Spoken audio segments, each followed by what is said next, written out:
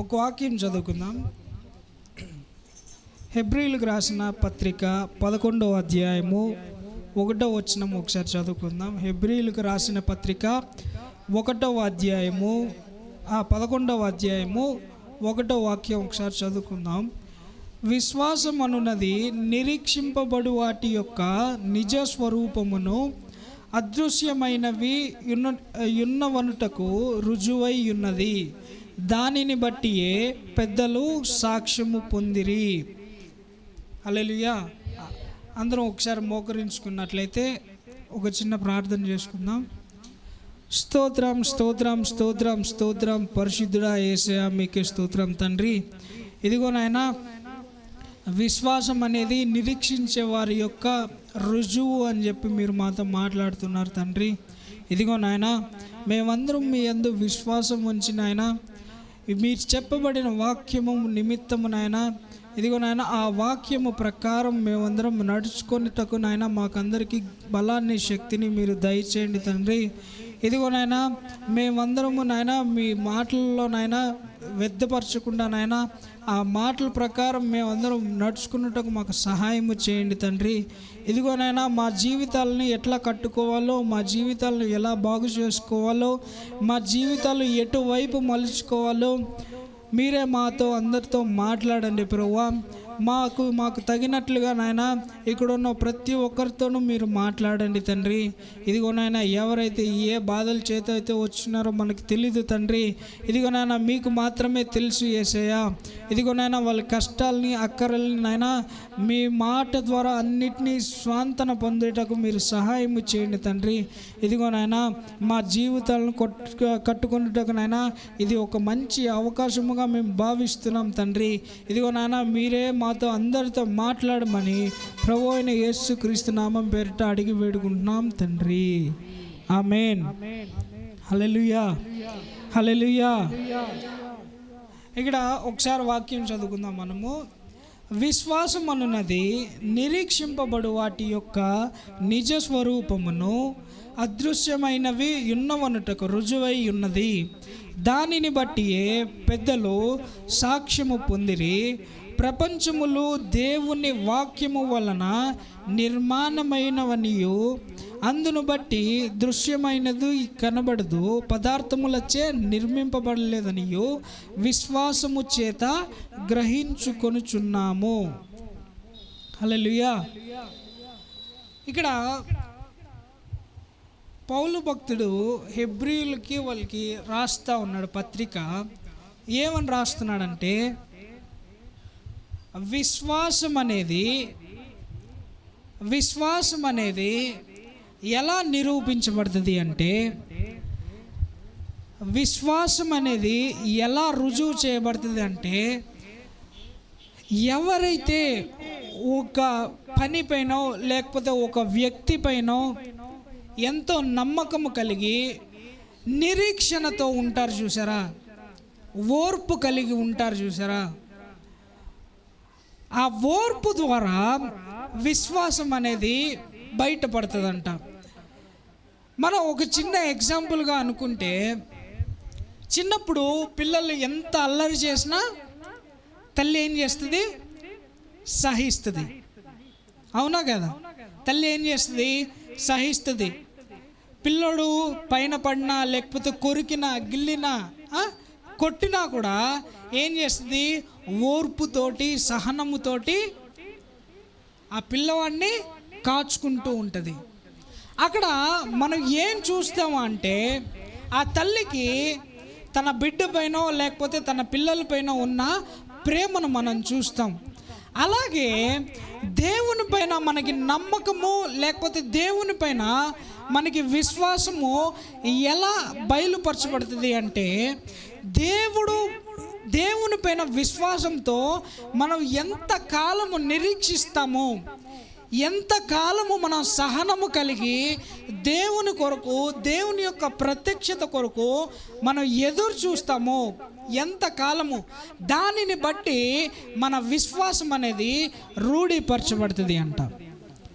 ఇక్కడ హెబ్రీయులకి రాస్తా ఉన్నాడు, విశ్వాసమనున్నది నిరీక్షింపబడు వాటి యొక్క నిజ స్వరూపము. హల్లెలూయా. నిజ స్వరూపము. దేనికి నిజ స్వరూపము అంటే విశ్వాసమునకు నిజ స్వరూపము. మన నిరీక్షణ, మన ఓర్పు, మన సహనము, మనం ఎంతవరకు నిరీక్షించగలుగుతున్నాము, మనం ఎంతవరకు ఓర్పు కలిగి వేచి ఉంటున్నాము. లేకపోతే మనకు ఒక చిన్న సమస్య వచ్చినా, లేకపోతే మనకు ఒక చిన్న బాధ వచ్చినా వెంటనే దేవుణ్ణి దూషించే వారిగా ఉంటున్నామా, లేకపోతే దేవుడు నాకు ఖచ్చితంగా నాకు సహాయము చేస్తాడు, నాకు సహాయము చేస్తాడు అని చెప్పి మనము విశ్వసించే వారిగా జీవిస్తున్నామా? మనం ఇక్కడ ఒక వాక్యం చదువుకుందాం. అలాగే మత్తయి సువార్త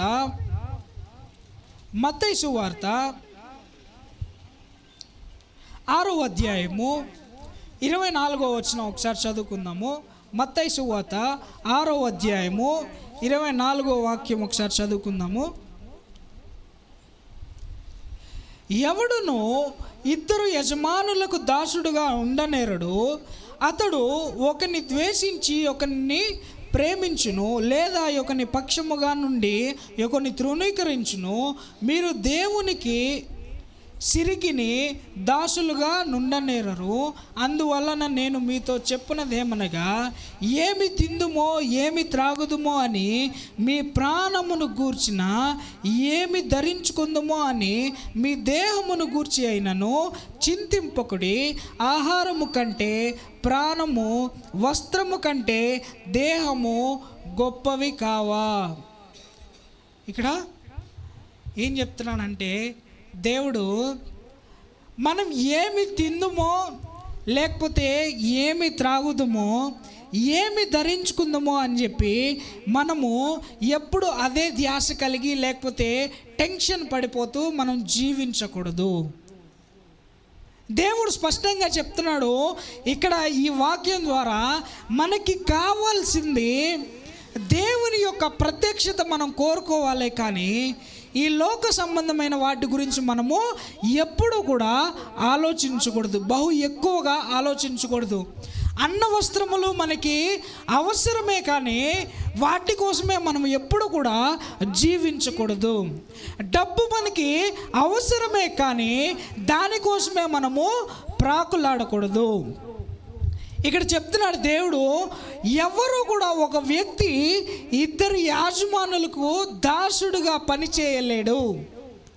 ఏమండి, ఎవరు కూడా ఒక వ్యక్తి 2 పడవల పైన కాలు మోపి ప్రయాణము చేయలేడు. ఎప్పుడు కూడా ఒక వ్యక్తి 2 ప్రాంతాల్లో ఒకే టైంలో ఉండలేడు. ఇక్కడ దేవుడు చెప్తున్నాడు, ఏమంటున్నాడంటే, ఒక దాసుడు 2 యజమానులకు ఒకే టైంలో పని చేయలేడు. అలాగే మనుష్యుడు కూడా సిరికిని దేవునికిని ప్రాధాన్యత ఒక్కటే విధంగా ఇవ్వలేడు. ఎందుకంటే సిరిని కోరుకుంటే దేవుణ్ణి దూరం చేసుకున్న వారు అవుతారు, దేవుణ్ణి కోరుకున్నట్లయితే ధనమును దూరం చేసుకునే వారై ఉంటారు. హల్లెలూయా. ఇక్కడ దేవుడు చెప్తున్న వాక్యం ఏంటంటే, మనం ఈ లోక సంబంధమైన వాటి గురించి ఎప్పుడు కూడా ప్రాకులాడకూడదు. ఈ లోకంలో మనం ఏది కూడా శాశ్వతము కాదని చెప్పి దేవుడు చెప్తా ఉన్నాడు. మనం దేని కొరకు ప్రాకులాడాలి అంటే, మనం దేని కొరకు యోచన చేయాలి అంటే, మనం దేని కొరకు వేచి ఉండాలి అంటే, అది దేవుని యొక్క ప్రత్యక్షత కొరకు, లేకపోతే దేవుని యొక్క రాజ్యము పొందుకున్నటకు మనము ఆలోచించేవారిగా ఉండాలి. ఈ లోకము శాశ్వతము కాదు. ఈ లోకంలో ఉన్నది ఏదైనా శాశ్వతము కాదు. మన జీవితము ఎప్పుడు ముగుస్తుందో మనకి కరెక్ట్గా తెలీదు. కాబట్టి ప్రియులారా, మనం తొందరగా నేర్చుకోవాల్సింది ఏంటంటే, మనం ఎంత త్వరగా దేవుని మీద విశ్వాసము కోల్పోకుండా ఉంటామో అంత త్వరగా మనము దేవుని రాజ్యంలో అడుగుపెట్టేవారిగా ఉంటాము. మనం త్వరగా దేవుని పైన విశ్వాసం కోల్పోనట్లయితే దేవుని రాజ్యం నుంచి మనల్ని కూడా దేవుడు త్రోసివేస్తాడు. ఒకానొక టైంలో మనం ఆయన ముందు నించుని, దేవా నేను నీ ఆదివారము ఆరాధనకు వచ్చేవాడిని, నీ పాటలు పాడేవాడిని, నీ వాక్యము వినేవాడిని, దైవజనుల చేత నేను ప్రార్థన చేయించుకునేవాడిని, నేను ప్రార్థన చేసేవాడిని అని చెప్పి అడిగినప్పుడు దేవుడు ఏమంటాడు అంటే, నీవు ఎవరో నాకు తెలియదు, నేను నిన్ను ఎరగను అని చెప్పి సమాధానం ఇస్తాడు. ఆ రోజున మనం ఎంత బాధపడినా, మనం ఎంత ఏడ్చినా, ఎంత మొరపెట్టుకున్నా కూడా ఆ రోజున మనము ఏమీ చేయలేని పరిస్థితి. కాబట్టి ప్రియులారా, మనం జాగ్రత్తగా వినాల్సింది, లేకపోతే జాగ్రత్తగా గ్రహించాల్సింది ఏంది అంటే, దేవుని యందు మనము విశ్వాసము కోల్పోకూడదు, దేవుని యందు మనము నమ్మకము కోల్పోకూడదు. దేవుడు మనకి అన్ని సహాయము చేస్తాడు. ఇక్కడ దేవుడు చెప్తా ఉన్నాడు, తినుటకైనను లేకపోతే ధరించుకున్నటకైనను వాటి గురించి మీరు ఎలా చింతిస్తున్నారు? బట్టల కంటే ఆహారము కంటే కూడా మన ప్రాణము చాలా విలువైనది. హల్లెలూయా, హల్లెలూయా. మన ప్రాణము చాలా విలువైనది. మన ఆత్మ, మన శరీరంలో ఉన్న మన ఆత్మ చాలా విలువైనది. దానిని మనము కాపాడుకున్నటకు మనం ప్రయత్నించాలే కానీ ఈ శారీరక అవసరాలను తీర్చుకున్నటకు మనము ఎక్కువ కష్టపడకూడదు. దేవుడు ఏం చెప్తున్నాడంటే, మీరు మీ ఆత్మను, మీ శరీరాన్ని పరిశుభ్రంగా ఉంచుకోండి. మనం అందరము మన శరీరాన్ని పరిశుభ్రంగా ఉంచుకుంటాం, కానీ మన ఆత్మను మనము పరిశుభ్రంగా ఉంచుకోగలుగుతున్నామా లేదా? మన శరీరాన్ని మనం శుద్ధి చేసుకుంటున్నాం, కానీ మన ఆత్మను మనము శుద్ధి చేసుకోగలుగుతున్నామా లేదా? మన శరీరానికి ఏదైనా దుమ్ము అంటిందంటే దాన్ని నీళ్ళతో కడిగి మనము పరిశుభ్రం చేసుకుంటాము. కానీ మన ఆత్మకి ఏదైనా మలినం అంటితే దాన్ని ఏ విధంగా మనము దాన్ని శుద్ధి చేసుకోవాలంటే చెప్పండి, మీలో ఎవరైనా చెప్పండి. మన ఆత్మ శుద్ధి చేసుకోవాలంటే ఏ విధంగా చేసుకోవచ్చు? దేవుని యొక్క వాక్యముతోటి. ఎందుకంటే దేవుని యొక్క వాక్యము సెలవిస్తూ ఉంటుంది మనం ఎలా బ్రతకాలని. దేవుని యొక్క వాక్యం చెబుతూ ఉంటుంది మన నడవడిక ఎలా ఉండాలని. దేవుని యొక్క వాక్యము సెలవిస్తూ ఉంటుంది మనం ఏ దారిలో నడిస్తే మనకి దేవుని యొక్క ప్రత్యక్షత దొరుకుతుందని. హల్లెలూయా, హల్లెలూయా. దేవుని వాక్యాన్ని మనం పెడచెవిన పెట్టకూడదు. దేవుని యొక్క వాక్యాన్ని విని దాని ప్రకారము ఎవరైతే నడుచుకుంటారో వారు దేవునికి ఇష్టలు. హల్లెలూయా. దేవుని వాక్యాన్ని విన్నవారు, దేవుని వాక్య ప్రకారం నడుచుకున్నవారు, వారు దేవునికి బహు ఇష్టలంట. కాబట్టి మనము కూడా దేవుని వాక్యాన్ని విని దాని ప్రకారం శ్రద్ధగా జీవించినట్లయితే మనం కూడా దేవునికి ఇష్టలుగా ఉంటాము. దేవుడు మనల్ని కూడా ప్రేమిస్తాడు, మనుషులందరినీ ప్రేమిస్తాడు. దేవుడు ఒకరిని ఎక్కువ ఒకరిని తక్కువ ప్రేమించడు, అందరినీ సమానంగా ప్రేమిస్తాడు. కానీ ఆ ప్రేమను మనుషులు చేజేతులారా వాటిని దూరం చేసుకుంటూ ఉంటారు. ఈ లోకంలో మనకి బ్రతకడానికి డబ్బు అవసరమే, కానీ డబ్బే మన జీవితము కాదు. ఈ లోకంలో ఉండడానికి మనకి ఎంతో కొంత ఒక ఇల్లు లేదా మన కట్టుకోవడానికి బట్టలు అవసరమే, కానీ వాటి కొరకే మనము ప్రయాసపడి మన ఆత్మను దేవుని యొద్ద నుంచి మనము కోల్పోకూడదు.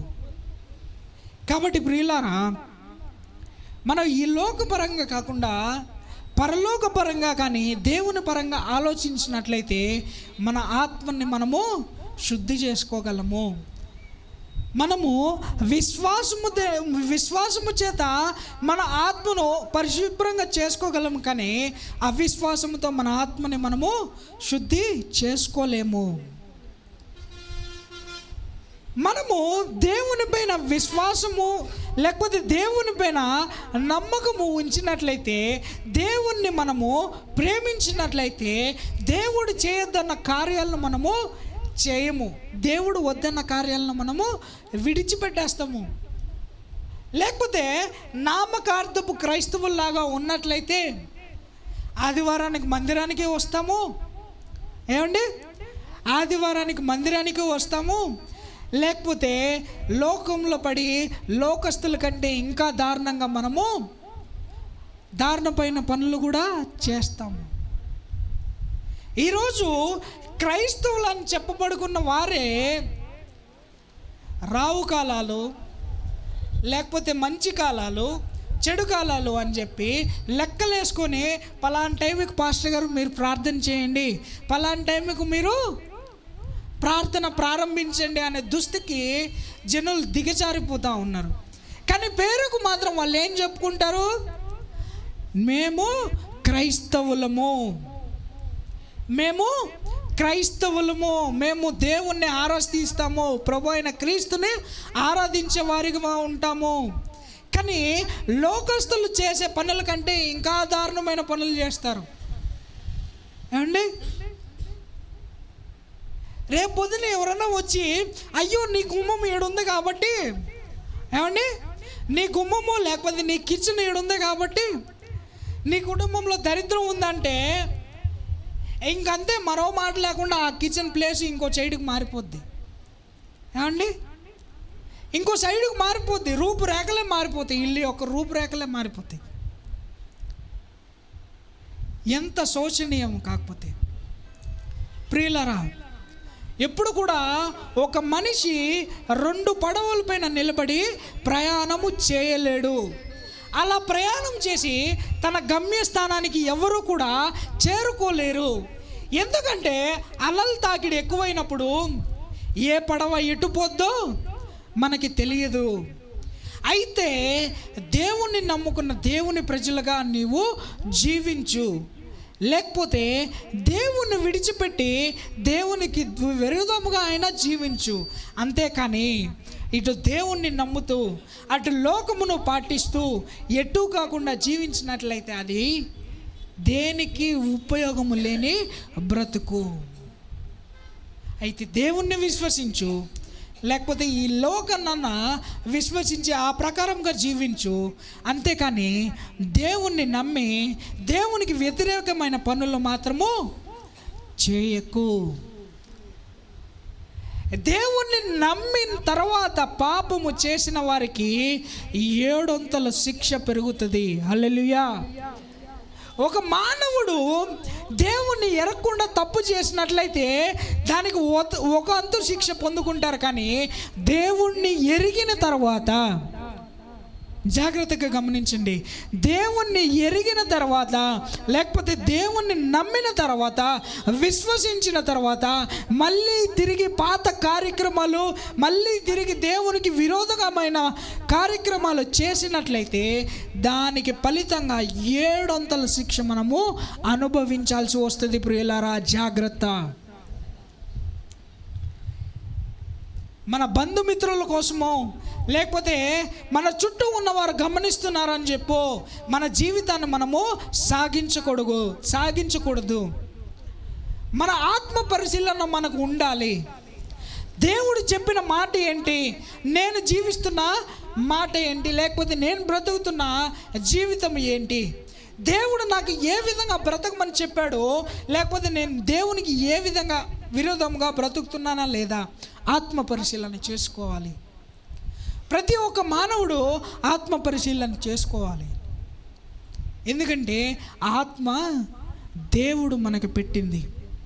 తిరిగి ఆ ఆత్మను పరిశుద్ధంగా మనము దేవుని యొద్దకు తీసుకువెళ్ళాలి. హల్లెలూయా, హల్లెలూయా. చెప్పండి గట్టిగా. కాముగా ఉండకూడదు. ఏమండి? కాముగా ఉండకూడదు. ఇక్కడ ఇంకో వాక్యం చదువుకుందాం మనము.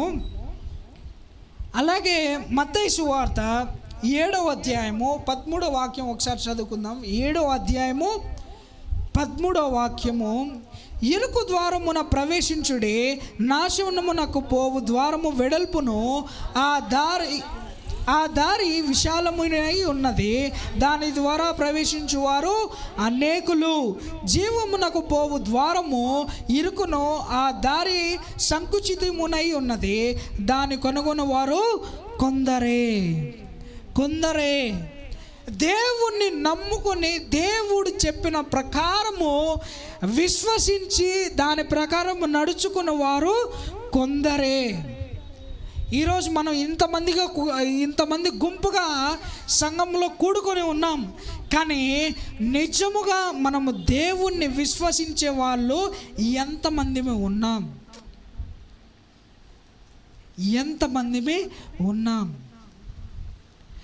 దేవుని పేరు చెప్పుకొని మనము ఆదివారం ఆరాధనకి వస్తున్నాం, దేవుణ్ణి ప్రార్థిస్తున్నాం, పాటలు పాడుచున్నాం, అన్నీ చేస్తున్నాం. కానీ అది మనం చేస్తున్నది కరెక్టా కాదా? దేవుని పైన విశ్వాసం ఉంచి మనం చేస్తూ ఉన్నామా? లేకపోతే నామకార్థంగా మనము మందిరానికి వస్తూ ఉన్నామా? జాగ్రత్త ప్రియులారా, దేవుని రాజ్యంలో అడుగు పెట్టడానికి 2 ద్వారాలు ఉంటాయంట. ఏమండి? 2 ద్వారాలు ఉంటుందంట.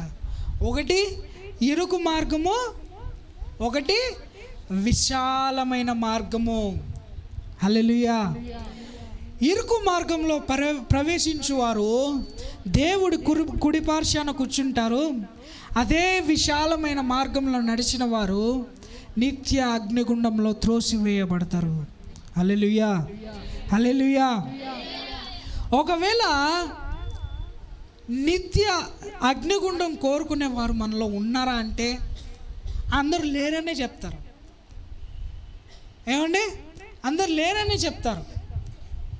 లేకపోతే దేవుని దగ్గరికి ప్రవేశించే మార్గంలో పోవాలి అన్న వారు చేతులు ఎత్తండి అంటే అందరూ చేతులు ఎత్తారు. ఏమండి? అందరూ చేతులు ఎత్తారు. కానీ ఇక్కడ చేతులు ఎత్తినంత మాత్రాన మనము దేవుని రాజ్యంలో అడుగు పెట్టలేము. దేవుని రాజ్యంలో మనము అడుగు పెట్టలేము. కానీ ఎవరైతే విశ్వాసముతోటి నమ్మకముతోటి దేవుడు చెప్పిన ప్రకారము జీవిస్తారో, దేవుడు మనకి విధించిన విధి విధానాల ప్రకారము జీవిస్తారో, వారు ఖచ్చితంగా దేవుని యొక్క మందిరంలోనూ లేకపోతే దేవుని యొక్క రాజ్యంలోనూ దేవుని యొక్క కుడి పార్శ్వాన కూర్చుంటారు. హల్లెలూయా. నమ్మిన వారు గట్టిగా హల్లెలూయా చెప్పండి. మీలో ఎంతమంది దేవుని రాజ్యంలో అడుగు పెట్టాలని కోరుకుంటున్నారో హల్లెలూయా చెప్పండి. మీరు ఎవరు పోవాలనుకోవట్లేదా? మీ బ్యాచే వీళ్ళన్నా హల్లెలూయా చెప్తాను. మీరు కనీసం చేయకూడలే, ఇట్లా నోరు కూడా తెరవట్లా. మీరందరూ వెళ్ళరా? సరే పోండి, మీ ఇష్టం. ఇడ ఇంకో వాక్యం చదువుకుందాము. అదే మత్తయి సువార్త 12వ అధ్యాయము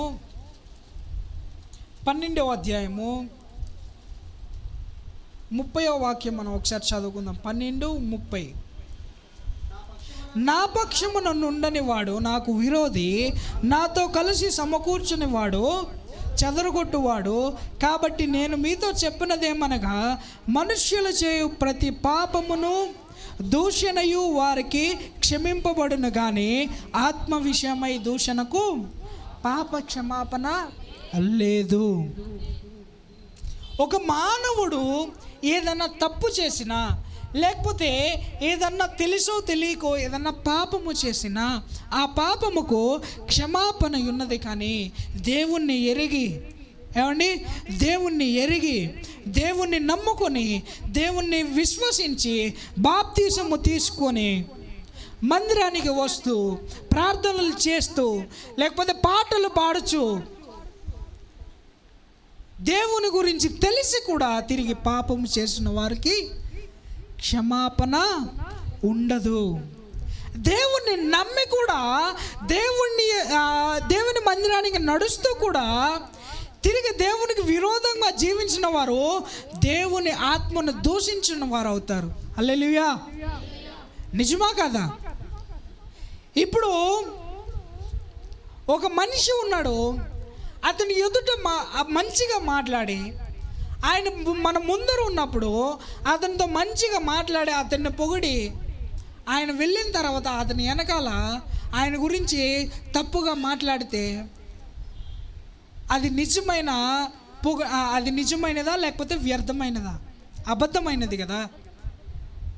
కాబట్టి మనం దేవుని మందిరానికి వచ్చి ఒకలాగా, లేకపోతే దేవుని మందిరం నుంచి బయటికి వెళ్ళి ఒకలాగా జీవించినట్లయితే అది ఆత్మదూషణ. ఏమండి?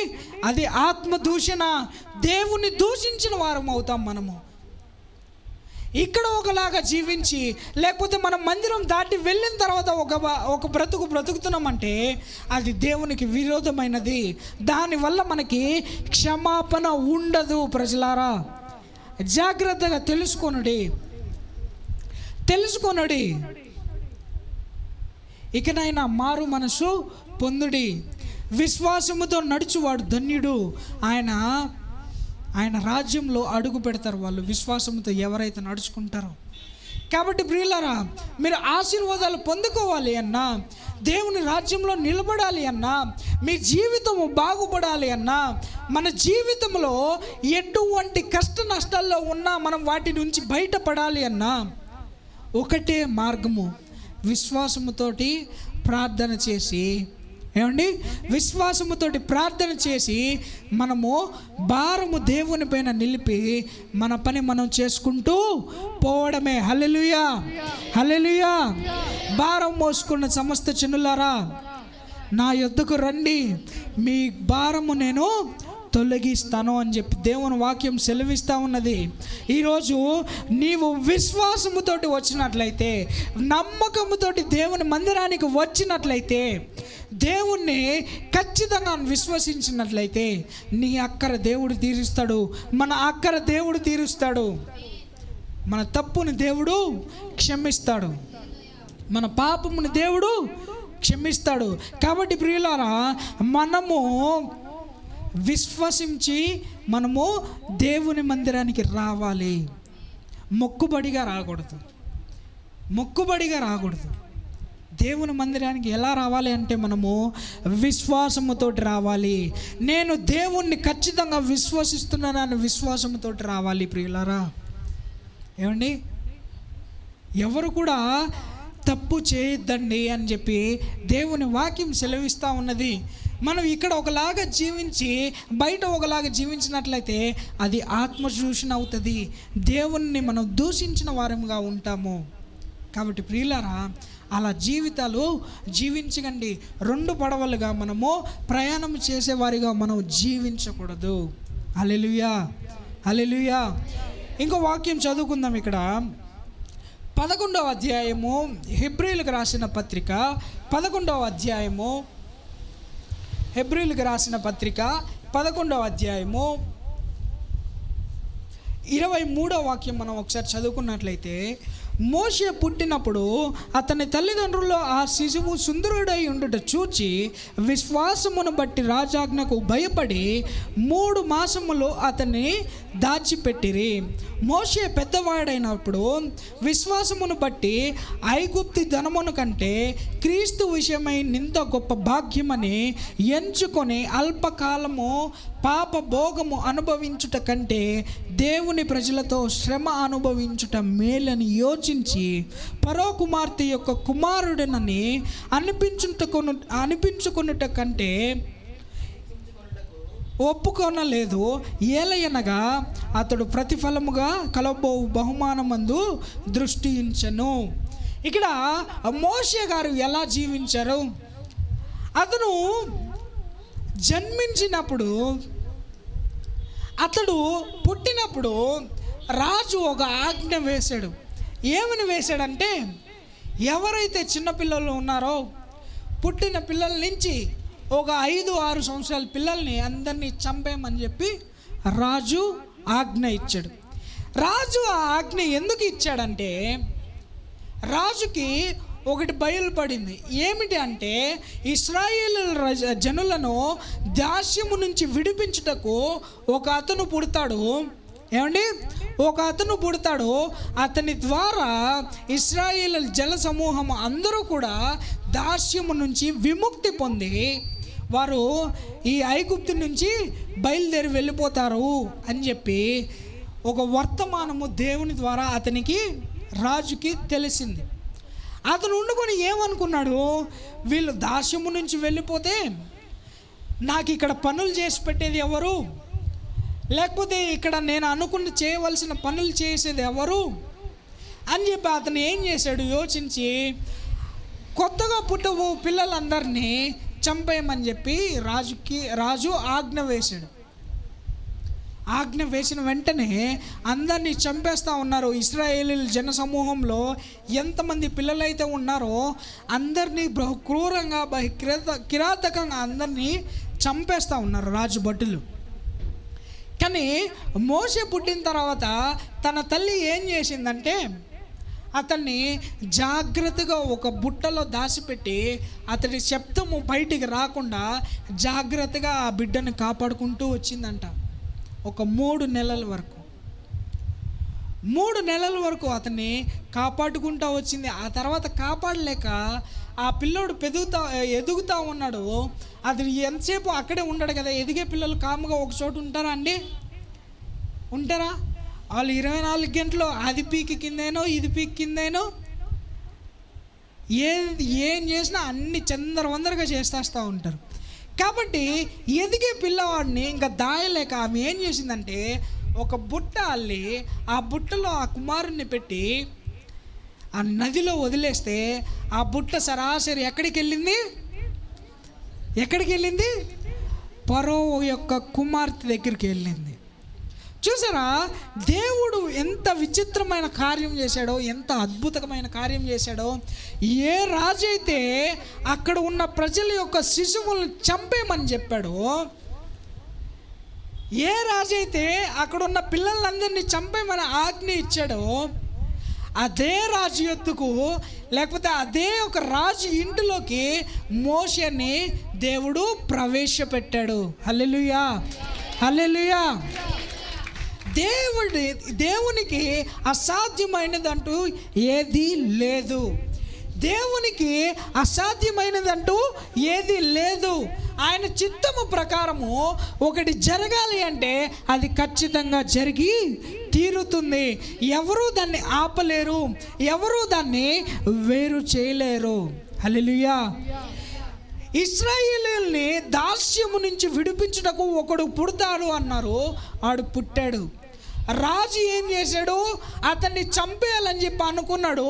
కానీ దేవుడు ఏం చేశాడు, అతన్ని కాపాడి రాజు ఇంటికే తీసుకెళ్ళి అక్కడనే ఆ పిల్లవాడిని పెంచి పెద్ద చేశాడు దేవుడు. హల్లెలూయా, హల్లెలూయా. ఆ పెరిగిన తర్వాత ఆ మోషే కూడా ఎలా ప్రవర్తించాడో, ఆయన జీవితము ఎలా మలుచుకున్నాడు అంటే, నేను రాజుకి యొక్క కుమార్తెకు కొడుకుగా ఉండడు కంటే దాస్యములో ఉన్న నా ప్రజల యొక్క దాస్వత్యమును నేను పొందుకొనుట మేలు అనుకుంటున్నాడు. ఆయన దేవుని పైన ఎంత విశ్వాసం కలిగి ఉన్నాడు అతను. ఒక రాజ్యం నుంచి లేకపోతే ఒక సింహాసనాన్ని వదులుకొని అతడు దాస్యమే గొప్పది అని చెప్పి దాస్యమునకు వచ్చేసాడు. రాజ్య కుటుంబంలో లేకపోతే రాజు ఇంటిలో పంచభక్ష పరవాన్నాలు తింటూ బ్రతకాల్సిన వాడు గంజి నీళ్ళ కోసము రాజుని ఇంటిని వదిలిపెట్టి దేవుణ్ణి వెంబడ నడిచాడు. అక్కడ వాక్యం చెప్పబడతా ఉంది, అల్పకాల భోగములు. హల్లెలూయా. అల్పకాల భోగములు ఎంచుట కంటే దాని తర్వాత నేను పొందుకొని పోవు ప్రతిఫలం గురించి ఆయన అక్కడ ఆలోచించాడంట. దేవుని ద్వారా పొందుకొని పోవు బహుమానము చాలా గొప్పది. ఎవరైతే దాన్ని పొందుకుంటారో వారు గొప్పవారు. ఇక్కడ మోషే గారు కూడా గొప్పవాడు. ఎందుకంటే అతను రాజ్య అధికారాన్ని విడిచిపెట్టి దేవుని పైన విశ్వాసముతోటి, దేవుని పైన నమ్మకముతోటి అతడు ఆ రాజ్య అధికారాన్ని విడిచిపెట్టి దేవుడి వెంబట నడిచాడు.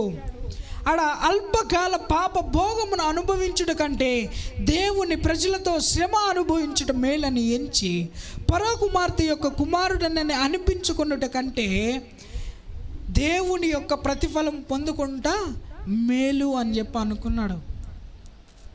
మోషే గారిలాగా ఈరోజు మనము ఎంతమంది జీవించుకుంటున్నాం? ఎంతమంది మనం ఈరోజు మోషే గారిలాగా జీవించగలుగుతున్నాం? ప్రియులారా, ఈ జీవితము మనకి శాశ్వతం కాదు. లేకపోతే ఈ జీవితము మనకి ఎల్లకాలం ఉండదు. ఒకానొక దినం వస్తుంది. ఆ దినమున మనము ఈ శరీరాన్ని ఖాళీ చేసి వెళ్ళే వాళ్ళమే. ఎప్పుడు సంభవిస్తుందో తెలీదు. ఏ రోజు మనము చనిపోతామో తెలీదు. ఎంతకాలం బ్రతికి ఉంటామో తెలీదు. కాబట్టి అల్పకాలమైన నీటి బుడుగు వంటి ఈ జీవితం కొరకు ప్రాకులాడకండి.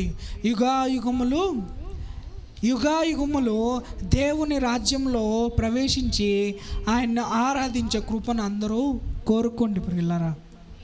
హల్లెలూయా, హల్లెలూయా. అక్కడే ఆ కింద మనం చదువుకున్నట్లయితే, విశ్వాసమును బట్టి అతడు అదృశ్యుడైన వానిని చూచుచున్నట్టు స్థిరబుద్ధి గలవాడే రాజాగ్రహమునకు భయపడక ఐగుప్తు నుంచి విడిచిపోయెను. ఏమండి? ఐగుప్తు నుంచి విడిచిపోయాను. అతను విశ్వాసము కోల్పోలేదు. దేవుని దగ్గర నుంచి విశ్వాసము కోల్పోలేదు. దేవుని పైన విశ్వాసం అతడు కోల్పోలేదు.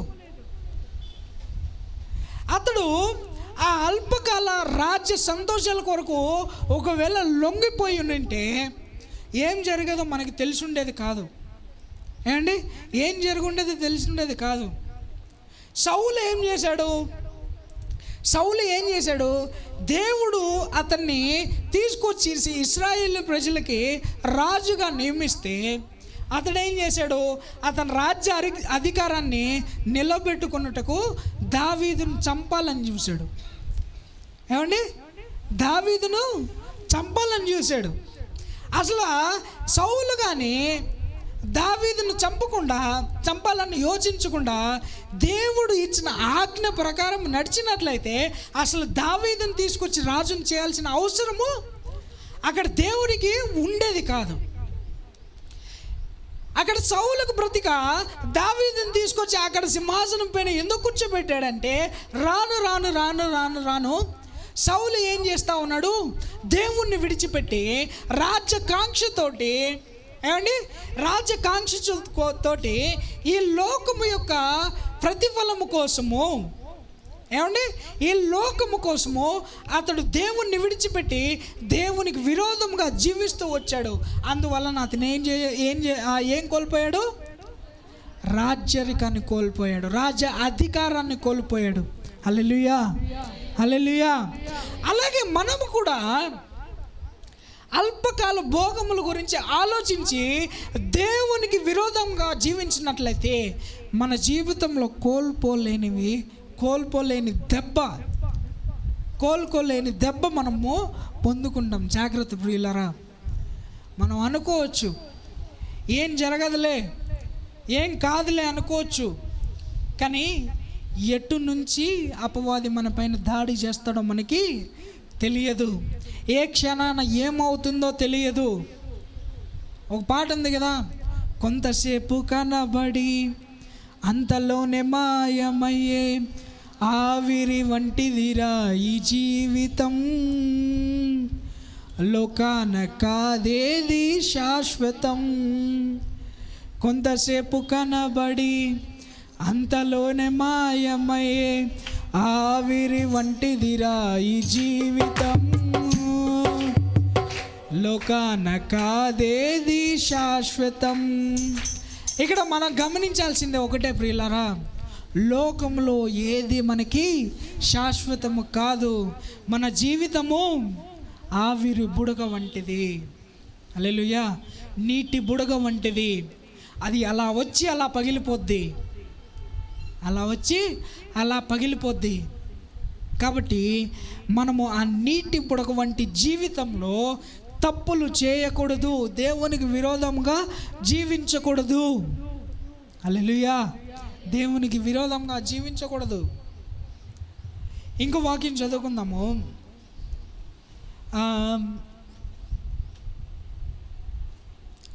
యోహాను సువార్త కాదు ఒక్క నిమిషం.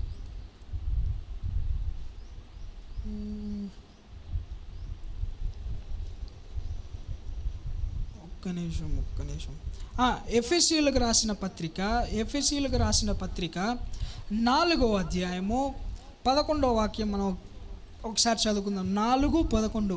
మనమందరము విశ్వాస విషయంలో దేవుని కుమారుని గూర్చిన జ్ఞాన విషయంలోనూ ఏకత్వము పొంది సంపూర్ణ పురుషుల మగు వరకు, అనగా క్రీస్తునకు కలిగిన సంపూర్ణతకు సమానమైన సంపూర్ణత కలవారమగు వరకు ఆయన ఇలాగు నియమించును.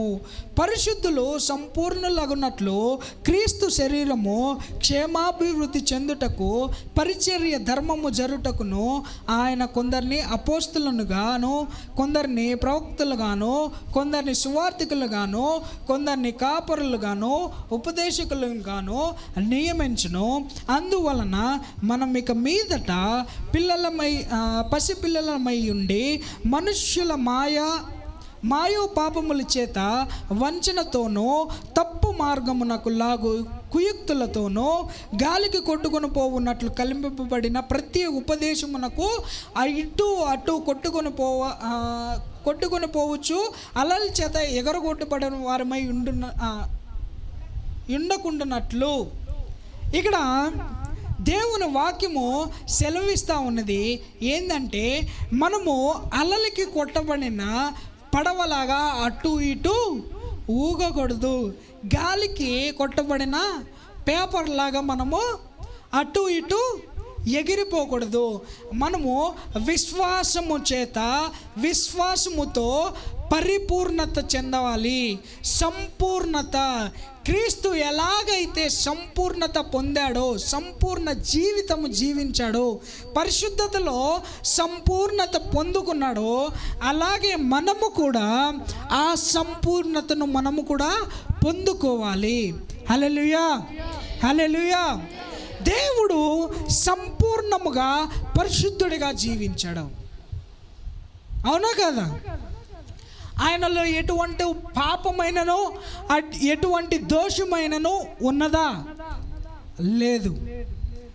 ఆయనలో ఎటువంటి క్రోధమైనను, లేకపోతే ఒకరిని నాశనం చేయాలని చెప్పి కుయుక్త అయినను ఆయన జీవితంలో చేశాడా? లేదు. ఆయన ఒకరిపైన ద్వేషముతో ప్రవర్తించాడా? లేదు. ఒకరికి హాని చేశాడా? లేదు. ఆయన పరిశుద్ధుడు. ఆయనలో ఎటువంటి పాపమును ఎంచబడలేదు. హల్లెలూయా. అంత పరిశుద్ధంగా ఆయన జీవించగలిగాడు. మనము కూడా అంతే పరిశుద్ధంగా జీవించాలని చెప్పి పౌలు భక్తుడు తెలియజేస్తూ ఉన్నాడు. క్రీస్తు ఎలాగైతే సంపూర్ణ జీవితము జీవించాడో, సంపూర్ణంగా జీవించాడో, సంపూర్ణ పరిశుద్ధతను అవలంబించాడో, మనము కూడా ఆయనలాగా అదే పరిశుద్ధతను మనము సంతరించుకోవాలి. మన పరిశుద్ధతను మనము కాపాడుకోవాలి. ఆ పరిశుద్ధత పొందుకోవాలి అంటే మనకి దేవుని పైన విశ్వాసం ఉండాలి. హల్లెలూయా, హల్లెలూయా. దేవుని పైన విశ్వాసము లేకపోతే మనం పరిశుద్ధంగా మనము జీవించలేం. దేవుని పైన విశ్వాసము లేకపోతే మనం దేవునికి విరోధంగా జీవిస్తాము. దేవుని పైన విశ్వాసము లేకపోతే ఆయనకు అనుగుణంగా మనము జీవించలేము. కాబట్టి ప్రియులారా, మనం మన విశ్వాసాన్ని కోల్పోకూడదు. ఆత్మీయ జీవితానికి తొలిమెట్టు విశ్వాసం. హల్లెలూయా, హల్లెలూయా. మన ఆత్మీయ జీవితానికి తొలిమెట్టు విశ్వాసం. ఎవరైతే విశ్వాసంను కోల్పోకుండా ఉంటారో వారు వారు పరలోక రాజ్యాన్ని ఖచ్చితంగా వాళ్ళు సంతరించుకుంటారు. వాళ్ళ పరిశుద్ధతను వారు కాపాడుకుంటారు.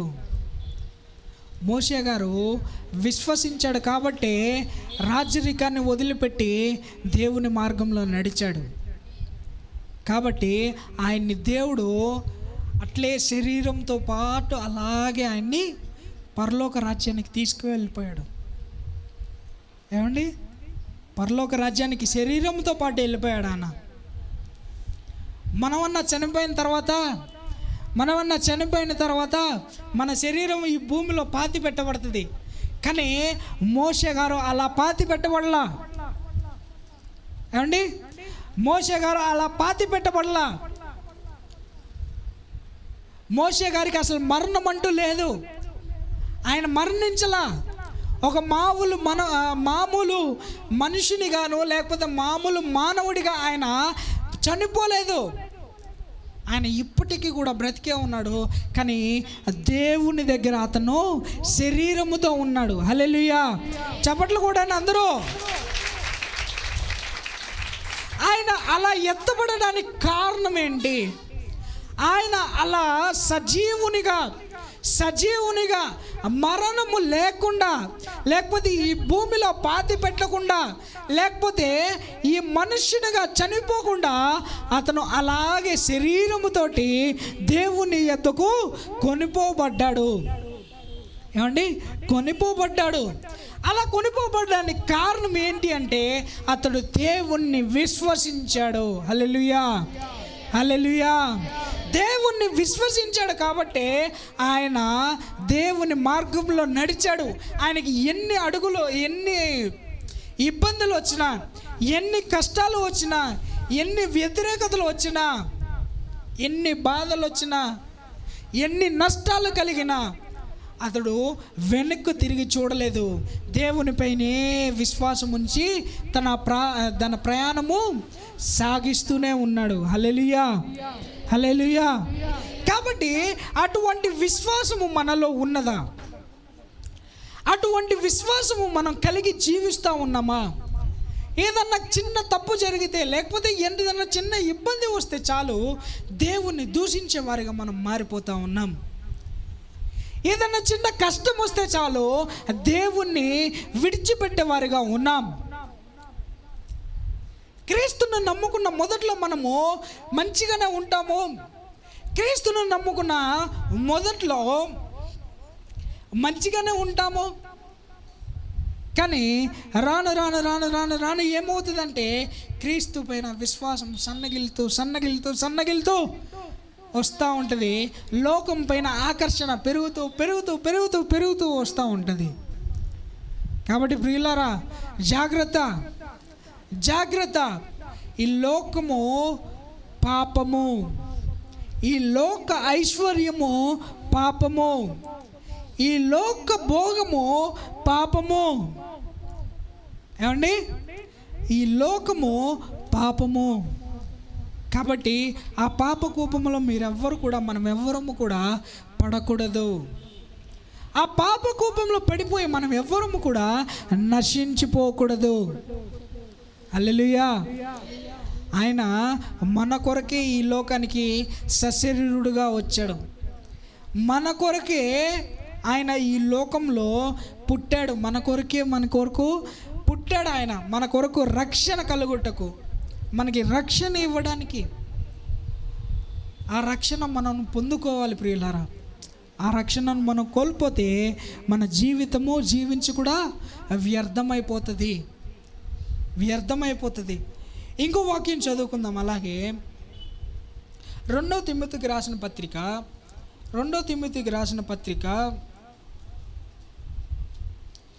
1వ అధ్యాయము 7వ వాక్యం ఒకసారి చదువుకుందాము. దేవుడు మనకి శక్తియు ప్రేమయు ఇంద్రియ నిగ్రహమును గల స్వస్థ బుద్ధియు గల ఆత్మనే ఇచ్చిన కానీ పిరికితనము గల ఆత్మని ఇయ్యలేదు. కాబట్టి నీవు మన ప్రభువు విషయమైన సాక్ష్యమును గూర్చి అయినను ఆయన ఖైదీనైనా నన్ను గూర్చి అయినను సిగ్గుపడక దేవుని శక్తిని బట్టి సువార్త నిమిత్తమైన శ్రమానుభవంలో పాలువాడి అయి ఉండుము. ఏమండి, పాలుబాడి తిమోతికి రాస్తా ఉన్నాడు పౌలు భక్తుడు. ఆయన చెరసాలలో ఉంటే దేవుణ్ణి క్రీస్తును ప్రకటిస్తూ ఉన్నాడని చెప్పి పౌలు భక్తుడిని చెరసాలలో వేస్తే ఆ చెరసాల నుండి తిమోతి గారికి పత్రిక రాస్తున్నాడు, లెటర్ రాస్తూ ఉన్నాడు. ఆయన ఏమండి లెటర్ రాస్తూ ఉన్నాడు.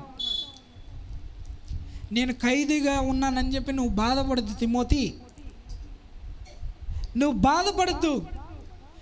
దేవుని ఆత్మ మనకి శక్తిని ఇస్తుందే కానీ దేవుని ఆత్మ మనకి పిరికితనము ఇవ్వదు. హల్లెలూయా.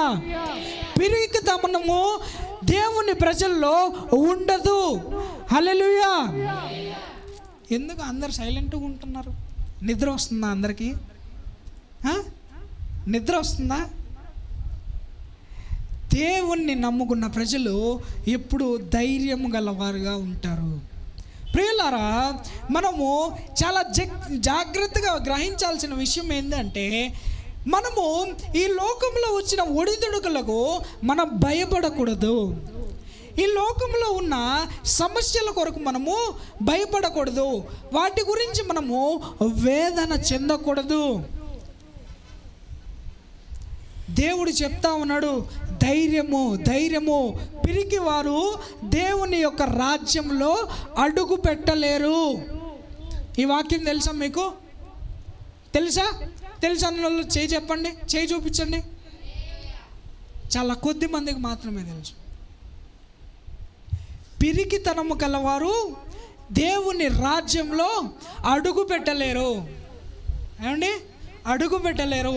ధైర్యవంతులకి మాత్రమే దేవుని రాజ్యంలో ప్రవేశించుటకు దేవుడు అర్హత ఇచ్చాడు. కాబట్టి పిరికితనము మనలో ఉండకూడదు. దేవుడు చెప్తున్నాడు, పిరికితనముగా జీవించకు.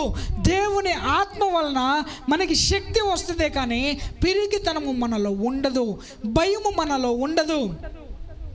ఈ లోకంలో ఎటువంటి పరిస్థితినైనా కూడా దేవుని ప్రజలు ఎలా ఉండాలి అంటే ఎదుర్కొనే వారిగా ఉండాలి. ఎందుకంటే మన వెనక ఎవరున్నారు చెప్పండి గట్టిగా.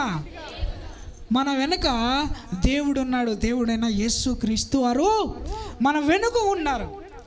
ఆయన మనల్ని ఎప్పుడూ కూడా గమనిస్తూనే ఉంటారు. ఆయన మనల్ని వెంటే ఉంటాడు.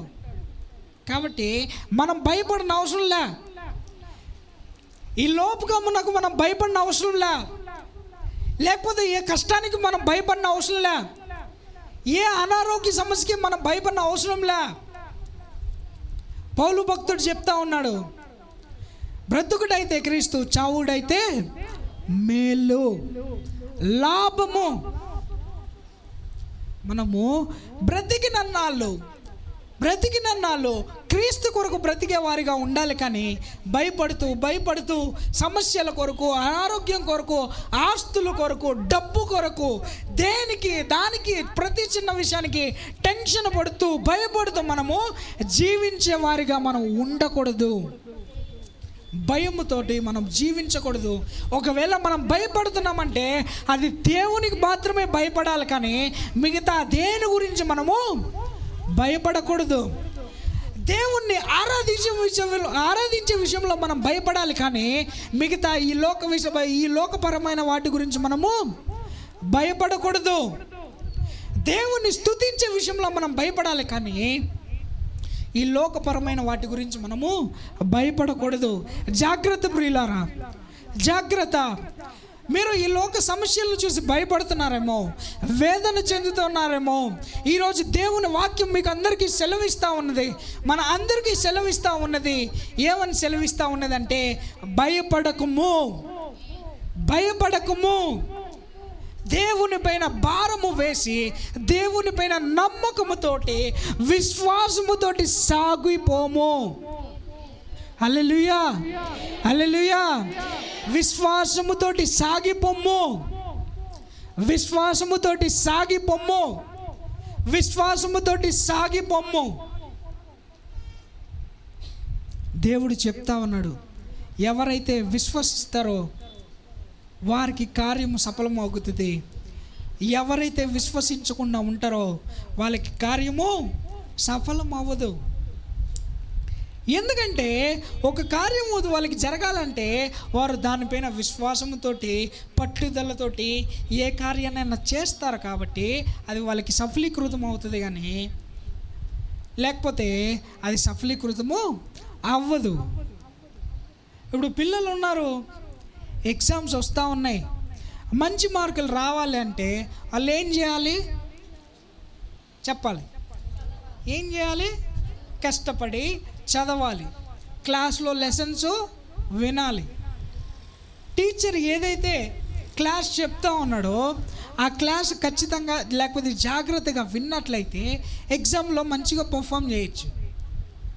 అదే క్లాసు వినకుండా చదవకుండా దేవుని దగ్గరికి వచ్చి నాకు ప్రార్థన చేయండి పాస్టర్ గారు, ఏమండి ఎగ్జామ్స్ స్టార్ట్ అయినాయి అంటే ప్రతి ఒక్క 10th క్లాస్ పిల్లోళ్ళు కానీ మన మందిరానికి వచ్చేవారు ప్రతి ఒక్కరూ ఎగ్జామ్కి వెళ్ళే ముందు, ఎగ్జామ్ ముందు రోజు, ఏమండి ఎగ్జామ్కి వెళ్ళేటప్పుడు, లేకపోతే ఎగ్జామ్కి సెంటర్లో కాలు పెట్టే ముందు ప్రార్థన చేయండి పాస్టర్ గారు అని చెప్పి తాతకు ఫోన్ చేస్తూ ఉంటారు.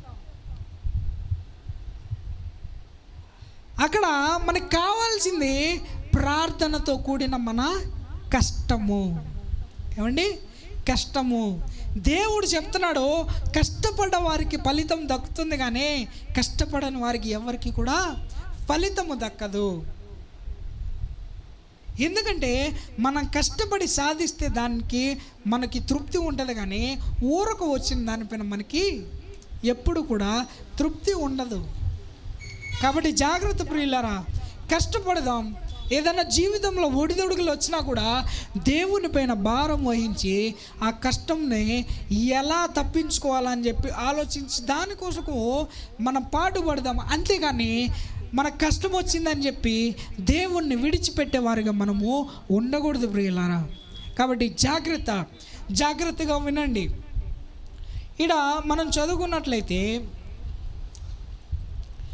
అదే హెబ్రీయులకు రాసిన పత్రిక 11వ అధ్యాయము 22వ వాక్యం మనం చదువుకున్నట్లయితే, విశ్వాసమును బట్టి యాకోబు అవసాన కాలమందు యోసేపు కుమారులలో ఒక్కొక్కరిని ఆశీర్వదించి తన చేతి కర్ర మొదలు మీద ఆనుకొని దేవునికి నమస్కారము చేసెను. యోసేపు తనకు అవసాన కాలమును సమీపించినప్పుడు విశ్వాసమును బట్టి ఇశ్రాయేలు కుమారుల నిర్గమమును గూర్చి ప్రశంసించి తన శల్యములను గూర్చి వారికి ఆజ్ఞయించెను. ఇక్కడ వీళ్ళందరూ ఏం చేస్తూ ఉన్నారు? యోసేపు కానివ్వండి, యాకోబు కానివ్వండి, అబ్రహాం గారు కానివ్వండి, వీళ్ళందరూ కూడా వాళ్ళు అవసాన దశలో, అంటే వాళ్ళు ముసలి వారుగా ఉన్నప్పుడు, లేకపోతే వాళ్ళ జీవితము అంతముకు దగ్గరగా ఉన్నప్పుడు, లేకపోతే వృద్ధులై ఉన్నప్పుడు, లేకపోతే రేపో మాపో చనిపోయే స్టేజ్లో ఉన్నప్పుడు వాళ్ళందరూ ఏం చేస్తూ ఉన్నారంటే, అక్కడ మనం చూసుకున్నట్లయితే దేవునికి నమస్కారము చేశాను. విశ్వాసము చేత, విశ్వాసముతో, ఏమండి విశ్వాసముతో వారు ఏం చేస్తూ ఉన్నారంట? ఆ సమయంలో కూడా వారు మరణానికి దగ్గరగా ఉన్న కాలంలో కూడా వారు దేవుని పైన విశ్వాసము కోల్పోలేదు. వాళ్ళు ఎప్పుడు కూడా దేవునికి నమస్కారం చేసేవారిగానే వాళ్ళ జీవిత అంతము వరకు వాళ్ళు జీవించారు. వాళ్ళు అంతము వరకు దేవుణ్ణి విడిచిపెట్టలా. వాళ్ళు చనిపోయినా కూడా దేవుణ్ణి విడిచిపెట్టలా. వాళ్ళు దేవునికి విరోధమైన కార్యాలు ఏమీ చేయలా. ఏంటి వీడు వచ్చిన కాడి నుంచి, స్టార్ట్ చేసిన కాడి నుంచి దేవునికి విరోధమైన కార్యాలు అంటున్నాడు. అసలు విరోధమైన కార్యాలు అంటే ఏంటి అని మీరు అనుకోవచ్చు. దేవుడు ఇంతకుముందు వాక్యం ఏం చెప్పింది? కుట్రైనను, ఏమండి, కుట్రైనను, కుయుక్తులతో ఎదుటి వారిని నాశనం చేయటైనను, లేకపోతే ద్వేషముతో కూడిన కోపముతోనైనను ఎదుటివాడు నాశనం అవ్వాలని చెప్పి ఎవ్వరు కూడా అలా జీవించకూడదు అంట. అది పాపము. హల్లెలూయా. అది పాపము. ఎవరైతే అవన్నీ చేస్తారో, ఎవరైతే వాటిని జాగ్రత్తగా అనుసరిస్తారో, కొంతమంది ఉంటారు చాలా జాగ్రత్తగా ఉంటారు, ఏమండి, ఎప్పుడెప్పుడు ఎవడు నాశనం అయిపోతాడా జాగ్రత్తగా కాసుకొని కూర్చొని చూస్తూ ఉంటారు. ఒకరు బాగుపడితే ఆ రోజు తిండి అరగదు, లేకపోతే ఆ రోజు ఏది ప్రశాంతంగా ఉండలేరు. మన ముందు ఒక ఉన్న వ్యక్తి, మనకి తెలిసిన వ్యక్తి, అతను కనీసం సొంత ఇల్లు లేకుండా, లేకపోతే ఉండడానికి చోటు లేకుండా ఉన్న వ్యక్తి సడన్గా ఒకరోజు వచ్చి మనకి కార్డు ఇచ్చి, అన్నా ఈరోజు నా గృహప్రవేశం అని చెప్తే ఎట్లుంటుంది?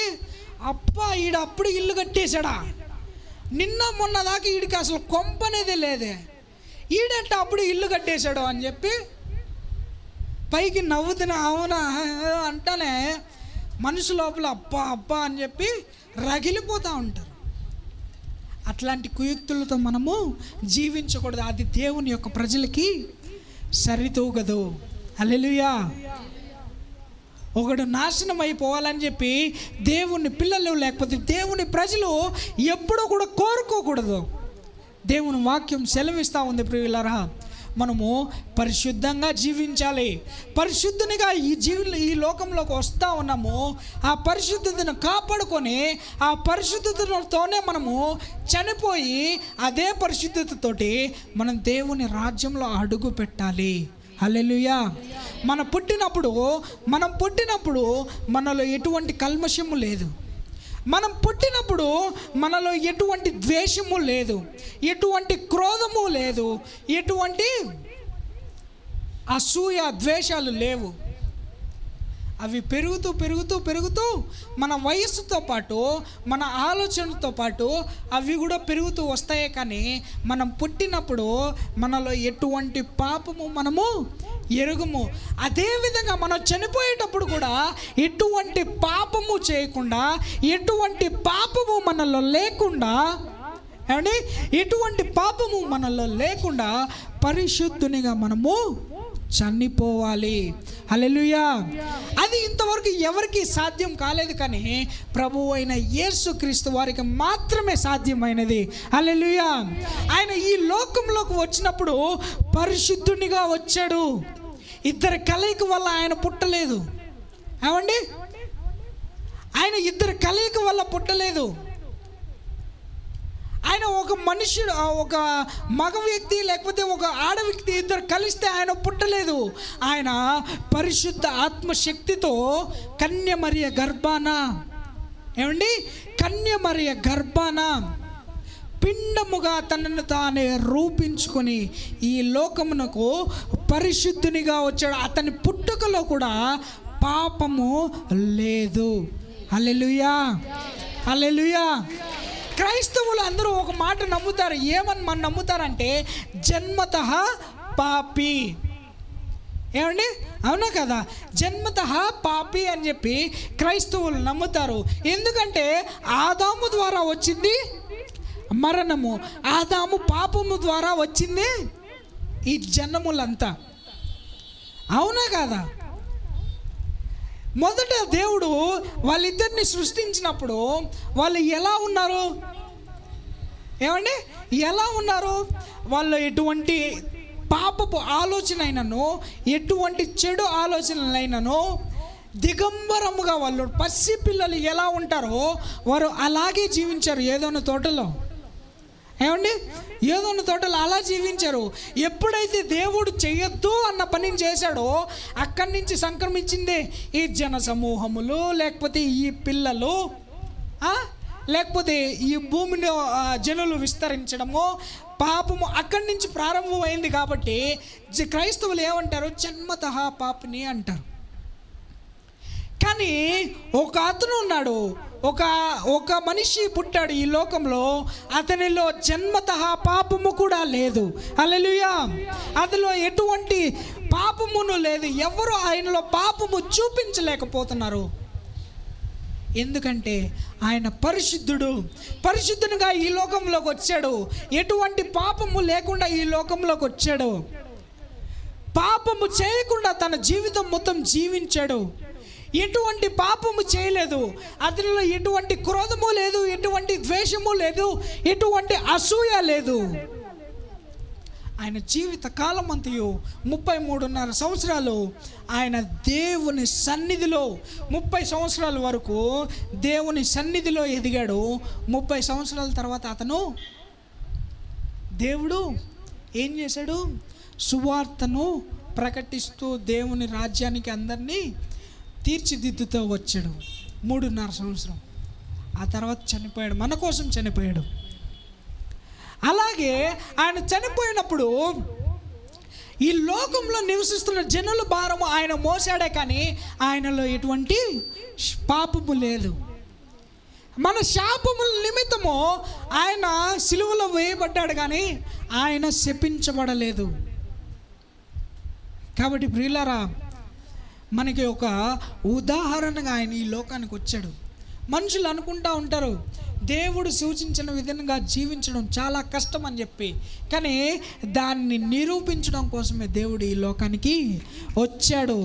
మనం పరిశుద్ధంగా జీవించడము అసాధ్యం అనుకుంటామేమో, కానీ మనం పరిశుద్ధంగా జీవించవచ్చు అని చెప్పి దేవుడు నిరూపించి ఈ లోకాన్ని విడిచిపెట్టి వెళ్ళాడు. ప్రియులారా, జాగ్రత్త. పరిశుద్ధతను కోల్పోకండి, పరిశుద్ధతను విడిచిపెట్టకండి, దేవుణ్ణి విడిచిపెట్టకండి, దేవుణ్ణి మరువకండి. ఎంతోమంది దేవుణ్ణి మొదట నమ్ముకున్నప్పుడు బాగుపడి తర్వాత దేవుణ్ణి విడిచిపెట్టిన వాళ్ళు చాలామంది ఉన్నారు. బైబిల్ గ్రంథంలో కూడా చాలామంది ఉన్నారు. సౌలు కానివ్వండి, సొలొమోన్ రాజు గారు కానివ్వండి, లేకపోతే ఇతరత్ర వాళ్ళు కానివ్వండి, అందరూ కూడా మొదట దేవుని దగ్గర నుంచి ఏర్పరచబడిన వారే. కానీ రాను రాను రాను రాను రాను వాళ్ళు ఏమైపోతూ ఉన్నారు? లోకానికి, లోక అలవాట్లకి, పాపపు జీవితానికి నశించిపోయి, వాళ్ళు అలవాటు పడిపోయి వారు నశించిపోయారు. జ్ఞానవంతుడు అని పిలువబడిన సొలొమోన్ రాజు ఆఖరికి తన రాజ్యాన్ని కోల్పోయాడు. ఏమండి? కోల్పోయాడు. బహుపరాక్రమవంతుడు అని చెప్పి సంసోనికి బిరుదు ఇవ్వబడింది. కానీ అతను రాను రాను రాను రాను ఏమైపోయాడు? దేవుని ఆత్మను కోల్పోయాడు. చెరసాలలో బంధించబడ్డాడు. తన 2 కళ్ళు పోగొట్టుకున్నాడు. దేవుణ్ణి నమ్ముకున్న స్టార్టింగ్లో మనం బాగానే ఉంటాం. దేవుణ్ణి నమ్ముకున్న కొత్తలో మనం పరిశుద్ధులుగా జీవించాలని చెప్పి నిర్ణయించుకుంటాం. కానీ అదే పరిశుద్ధతను చివరి దాకా ఎవరైతే కాపాడుకుంటారో వారు మాత్రమే పరిశుద్ధులుగా ఎంచబడతారో, వారు మాత్రమే పరిశుద్ధులతో కూర్చుంటారో, వారు మాత్రమే పరిశుద్ధులతో దేవుని రాజ్యంలో ఉంటారు. హల్లెలూయా, హల్లెలూయా. మిగతా ఎవ్వరు వాళ్ళు పరలోక రాజ్యానికి బయలుదేరి వెళ్ళలేరు. జాగ్రత్త ప్రియులరా, జాగ్రత్త. దేవుని యొక్క సూచన మనకి చెప్తా ఉన్నది. విశ్వాసము కోల్పోకండి, విశ్వాసము కోల్పోకండి, విశ్వాసము కోల్పోకండి. విశ్వాసమే మన ఆత్మీయ జీవితానికి తొలిమెట్టు. ఎవరైతే విశ్వాసంలో స్ట్రాంగ్గా ఉంటారో వారు దీవించబడతారు, వారు ఆశీర్వదించబడతారు. విశ్వాసము కోల్పోకండి, విశ్వాసము కోల్పోకండి. జాగ్రత్తగా జీవించండి, పరిశుద్ధులుగా జీవించండి. దేవుని యొక్క మాటలు పెడచెవిన పెట్టకండి. ఇంకో వాక్యం మనం చదువుకుందాం. ఇక్కడ ఇర్మియా గ్రంథము 6వ అధ్యాయము 16వ వాక్యం మనం ఒకసారి చదువుకుందాం. ఇర్మియా గ్రంథము 6వ అధ్యాయము,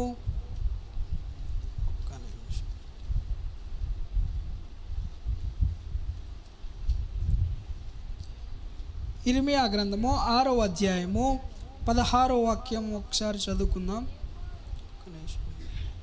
యెహోవా ఇలాగు సెలవిచ్చుచున్నాడు, మార్గములలో నిలిచి చూడుడి, పురాతన మార్గములను గూర్చి విచారించుడి, మేలు కలుగు మార్గమేది అని అడిగి అందులో నడుచుకొనుడి, అప్పుడు మీకు నెమ్మది కలుగును. అయితే వారు మేము అందులో నడుచుకొనమని చెప్పుచున్నారు. మిమ్మును కాపు కాయుటకు నేను కావలి వారిని ఉంచి ఉన్నాను, ఆలకించుడి, వారు చేయు బూరధ్వని వినబడుచున్నది. హల్లెలూయా, హల్లెలూయా, హల్లెలూయా. విచారించుడి, విచారించుడి. మన పాతకాలంలో జనులు ఎలా జీవించారో తెలుసుకొనుడి. ఏంటి? తెలుసుకొనుడి. తెలుసుకొని ఏది మంచిది ఏది చెడుది తెలుసుకొని మనము దాన్ని ఎన్నిక చేసుకోవాలి. హల్లెలూయా, హల్లెలూయా. దేవుడు ప్రతి ఒక్క మానవునికి ఒక ఫ్రీ విల్ ఇచ్చాడు. ప్రతి ఒక్క మానవునికి ఒక ఫ్రీ విల్ ఇచ్చాడు. అది ఏంటి అంటే తన నిర్ణయం తను తీసుకునే యొక్క స్వేచ్ఛని ప్రతి ఒక్క మానవునికి దేవుడు ఇచ్చాడు. దేవుడు ఇదే చేయండి అని ఏం చెప్పలా. దేవుడు నీ ఇష్టం. నీ ముందు రెండు దారులు ఉన్నాయి. నువ్వు ఏ దారిలో నడవాలనుకుంటే ఆ దారిలో నడవచ్చు. కానీ నువ్వు ఒక దారిలో నడుచుకుంటే ఒకటి పొందుకుంటావు, ఇంకో దారిలో నడుచుకుంటే ఇంకోటి పొందుకుంటావు అని చెప్పి దేవుడు చెప్పాడు. ఆదిమ కాలంలో ఆదాము కానీ హవ్వ కానీ సృష్టించినప్పుడు కూడా చేసినప్పుడు కూడా ఆయన యోధను తోట అంతటి మధ్యలో ఒక చెట్టును పెట్టాడు. ఏమండి? ఒక చెట్టును పెట్టాడు ఆయన. రెండు మార్గాలు, అక్కడ మంచి ఉన్నది. దేవుడు ఏం చెప్పాడు? మీరు ఈ తోటలో ఉన్నవన్నిటినీ తినండి, అన్నిటినీ భుజించండి, ఎక్కడైనా ఉండండి, ఏమన్నా చేయండి, కానీ ఆ తోట మధ్యలో ఉన్న ఆ పండును మాత్రం మీరు తినకండి అని చెప్పాడు. అంటే అక్కడ మంచి పళ్ళు ఉన్నాయి, చెడు పళ్ళు కూడా ఉన్నాయి. కానీ మానవుడి యొక్క క్యూరియాసిటీ చూసారా? దరిద్రం అంటే ఏంటంటే దేవుడు ఏదైతే వద్దు అన్నాడో, ఏదైతే చేయొద్దు అన్నాడో, ఏదైతే దేవుడు కాదు అన్నాడో దాన్నే పోయి చేశాడు. దాని ద్వారా ఏం పొందుకున్నాం? మరణము. ఏమండి? పాపము వలన కలుగు జీతము మరణము. పాపము వలన కలుగు జీతము మరణము. మనం పాపము చేసినట్లయితే మనకు సంభవించేది మరణము. మనం దేవునికి విరోధంగా జీవిస్తే మనకు సంభవించేది మరణము. మనము దేవుని యొక్క విరోధమైన కార్యాలు చేస్తే మనకు సంభవించేది మరణము. మరణము అంటే శారీరక మరణము ఒక్కటే అనుకునేరు కాదు. శారీరక మరణం ఒక్కటే కాదు, నిత్య జీవపరంగా కూడా మరణం పొందుకుంటాము. నిత్య జీవితంలో నిలబడాలి అంటే మనం పరిశుద్ధులుగా జీవించాలి. లేదు అనుకుంటే మనం పాపము చేసిన వారం అవుతాము. దేవునికి వ్యతిరేకంగా చేసిన ప్రతి ఒక్కటి పాపమే. దేవుడు కాదు అన్న పనిని చేస్తే అది పాపమే. దేవుడు ఏం చెప్తా ఉన్నాడు? మంచిగా బ్రతకండి, ఎవరికి హాని చేయకండి, ఎదుటి వారిది ఏది ఆశించదండి అని చెప్పి దేవుడు అంటే మనకు ఎంతసేపటికి వాడు అలా బతికేస్తూ ఉన్నాడు. వీడికి ఇది ఉంది, నాకు ఇది లేదు. ఆడికి బండి ఉంది, నాకు బండి లేదు. ఆడికి కారు ఉంది, ఆడికి సొంత ఇల్లు ఉంది. ఇప్పుడు ఇంకో దరిద్రం ఏంటంటే ఇద్దరికి సొంత ఇల్లులు ఉంటాయి. మళ్ళీ దాంట్లో వ్యత్యాసం, నాకు రేకులు ఇల్లు ఉంది, వాడికి బిల్డింగ్ ఇల్లు ఉంది. ఏమండి, నాకు రేకులు ఇల్లు ఉంది, ఆడికి బిల్డింగ్ ఇల్లు ఉంది. నాకు ఒక అంతస్తు ఇల్లు ఉంది, ఆడికి 2 అంతస్తులు ఇల్లు ఉంది. క్రైస్తవులే, ఏమండి, క్రైస్తవులే, దేవుడి పేరు చెప్పుకొని జీవిస్తున్న వారే, మందిరానికి నడిచేవారే, మందిరంలో కూర్చొని ఒకరినొకరు మాట్లాడుకునేవారే. పక్కనోడు బాగుపడితే చూడలేం. ఒకవేళ అలా చేస్తున్నట్లయితే, అలా ప్రవర్తిస్తున్నట్లయితే జాగ్రత్త ప్రియులారా, పాపము చేసిన వారిగా మీరు తీర్చిదిద్దబడతారు. ఒకవేళ అలా ఉన్నట్లయితే ఇప్పటికైనా మారు మనసు పొందండి, నరక శిక్షను తప్పించుకునండి. దేవుని వాక్యాన్ని పెడచెవిన పెట్టకండి. ఇక్కడ దేవుడు చెప్తున్నాడు, ఏమని సెలవిస్తా ఉన్నాడు, ఏది మంచి మార్గమో చూడుడి, పురాతన మార్గములను గురించి విచారించుడి, మేలు కలుగు మార్గం ఏది అని అడుగుడి, అందులో నడుచుకునుడి, అప్పుడు మీకు నెమ్మది కలుగును. అయితే వారేమని అందులో నడుచుకునమని చెప్పుతున్నారు. ఇక్కడ ఇర్మియా గారు ప్రవచిస్తూ ఉన్నారు, దేవుని ప్రజలకు ప్రవచన వర్తమానం ఇస్తూ ఉన్నాడు. ఇర్మియా గారి జన్మము కూడా, ఆయన బ్రతికిన దినములన్నీ కూడా సుఖంగా ఏం బ్రతకలేదండి. ఆయన దేవుణ్ణి నమ్ముకున్నాడు, దేవుణ్ణి ఆరాధించేవాడిగా ఉన్నాడు, దేవుని పైన విశ్వాసం ఉంచేవాడిగానే ఉన్నాడు. ఆయన జీవితం మొత్తం పూల మార్గం ఏం కాదు. ఆయన పడక మొత్తం ఏది పట్టు పాన్పుల పైన ఆయన పొనుకోలా. దేవుని వర్తమానం తెలియజేస్తూ ఉంటే, దేవుడు చెప్పే మాటలు ప్రవచిస్తూ ఉంటే, ఆ మాటలు వినకుండా ఇర్మియా గారిని ఎత్తుకొని పోయి చెరసాలలో వేసి బంధించి ఆయన చిత్రహింసలు పెట్టేవారు. ఎందుకంటే దేవుని మాటలు చెప్తా ఉన్నాడు అనేసి. మీరు చేస్తున్నది పాపము, ఆ పాపము నుంచి బయటికి రండి అని చెప్పి ప్రవచిస్తూ ఉంటే వారు అతన్ని హింసిస్తూ ఉండేవారు. ఒకడు మనకు మంచి చెప్తున్నా ఉండు అంటే ఆయన్ని మనము వ్యతిరేకంగా చూస్తాం. ఒకడు మనకి మంచి బోధిస్తున్నాడు అంటే అతనిపైన 4 రాళ్ళు వేయాలని చూస్తాం. కాబట్టి జాగ్రత్త ప్రియులారా, మనం అలా జీవించే వారిగా ఉండకూడదు. దేవుడు చెప్తా ఉన్నాడు, మంచి మార్గం ఏదో ఎంచుకొనుడి, మంచి మార్గము ఏదో చూసి ఎంచుకొనుడి, రుచి చూసి ఎరుగుడి. కూరలో ఏమండి, కూర చూస్తే మనకి దాని టేస్ట్ తెలుస్తుందా? దాన్ని టేస్ట్ చేస్తే తింటే దాని రుచి తెలుస్తుందా మనకి? ఏమండి, తింటే రుచి తెలుస్తుంది. ఎందుకంటే దాన్ని రుచి ఎరిగే శక్తి నాలుకకు ఉంది. కాబట్టి ఎప్పుడైతే ఆ కూర లేకపోతే ఆ కర్రీ ఎప్పుడైతే మన నాలుకకి టచ్ అవుతుందో అప్పుడు దాని రుచి మనకి తెలుస్తుంది. దాన్ని చూస్తూ ఉంటే అబ్బా ఇది కలర్ బాగుంది, చూడ్డానికి చాలా బాగుంది, చాలా క్లీన్గా ఉంది, చాలా సూపర్గా ఉంది చూడ్డానికి అని చెప్పి దాన్ని నోట్లో వేసుకున్నాం అనుకో, దాంట్లో ఉప్పు ఎక్కువ ఉండొచ్చు, కారం ఎక్కువ ఉండొచ్చు, లేకపోతే మసాలా ఎక్కువ ఉండొచ్చు. ఏమండి, మసాలాలు ఎక్కువ ఉండొచ్చు, చెప్పలేం. కాబట్టి మన జీవితాన్ని మనం సరిదిద్దుకోవాలి. మన జీవితాన్ని మనము కరెక్ట్ వేలో సరిదిద్దుకోకపోతే మనమే నష్టపోతాము. అది మనకే కీడు చేస్తుంది. మన జీవితము, మన జీవించే విధానం బట్టి మన కీడ మేల దేవుని దగ్గర నుంచి వచ్చేది అది జాగ్రత్తగా మనం పొందుకుంటాం. మనం మంచి చేసినట్లయితే మనకు మంచి జరుగుతుంది. ఒకవేళ మనం చెడు చేసినట్లయితే అది మనకి ఖచ్చితంగా మనము నరక కూపానికి తోసివేయబడతాం. హల్లెలూయా, హల్లెలూయా. మనం ఏదైతే ఈ లోకంలో జీవిస్తామో, ఎలాగైతే జీవిస్తామో ఇది ఒక ఎగ్జామ్ లాంటిది. ఏమండి, ఇది ఒక ఎగ్జామ్ లాంటిది. మనం పరలోక రాజ్యానికి ఎంట్రన్స్ టెస్ట్ రాస్తూ ఉన్నాం అన్నమాట.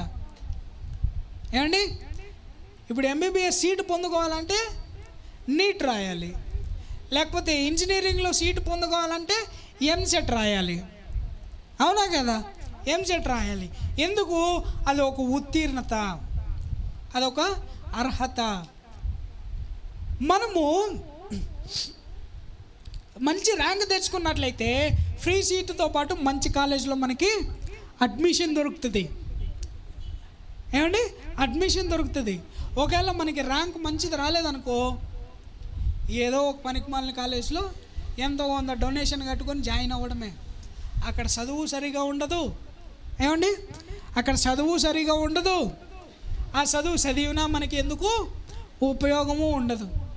కాబట్టి మనం ఈ జీవితంలో జీవించడం ద్వారా మనము ఎంట్రన్స్ టెస్ట్ రాస్తున్నాం. దేనికి ఎంట్రన్స్ టెస్ట్ రాస్తున్నాం అంటే పరలోక రాజ్యానికి ఉత్తీర్ణులుగా ఉండడానికి మనము ఎంట్రన్స్ టెస్ట్ రాస్తూ ఉన్నాము.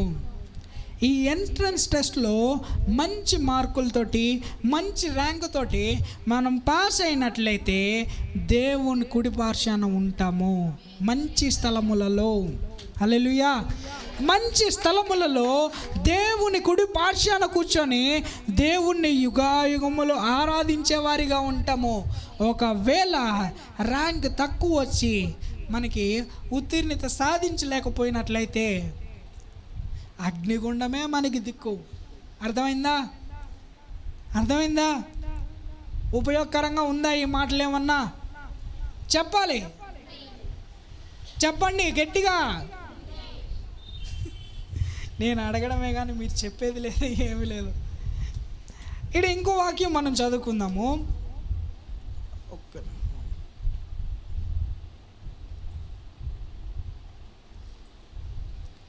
యాకోబు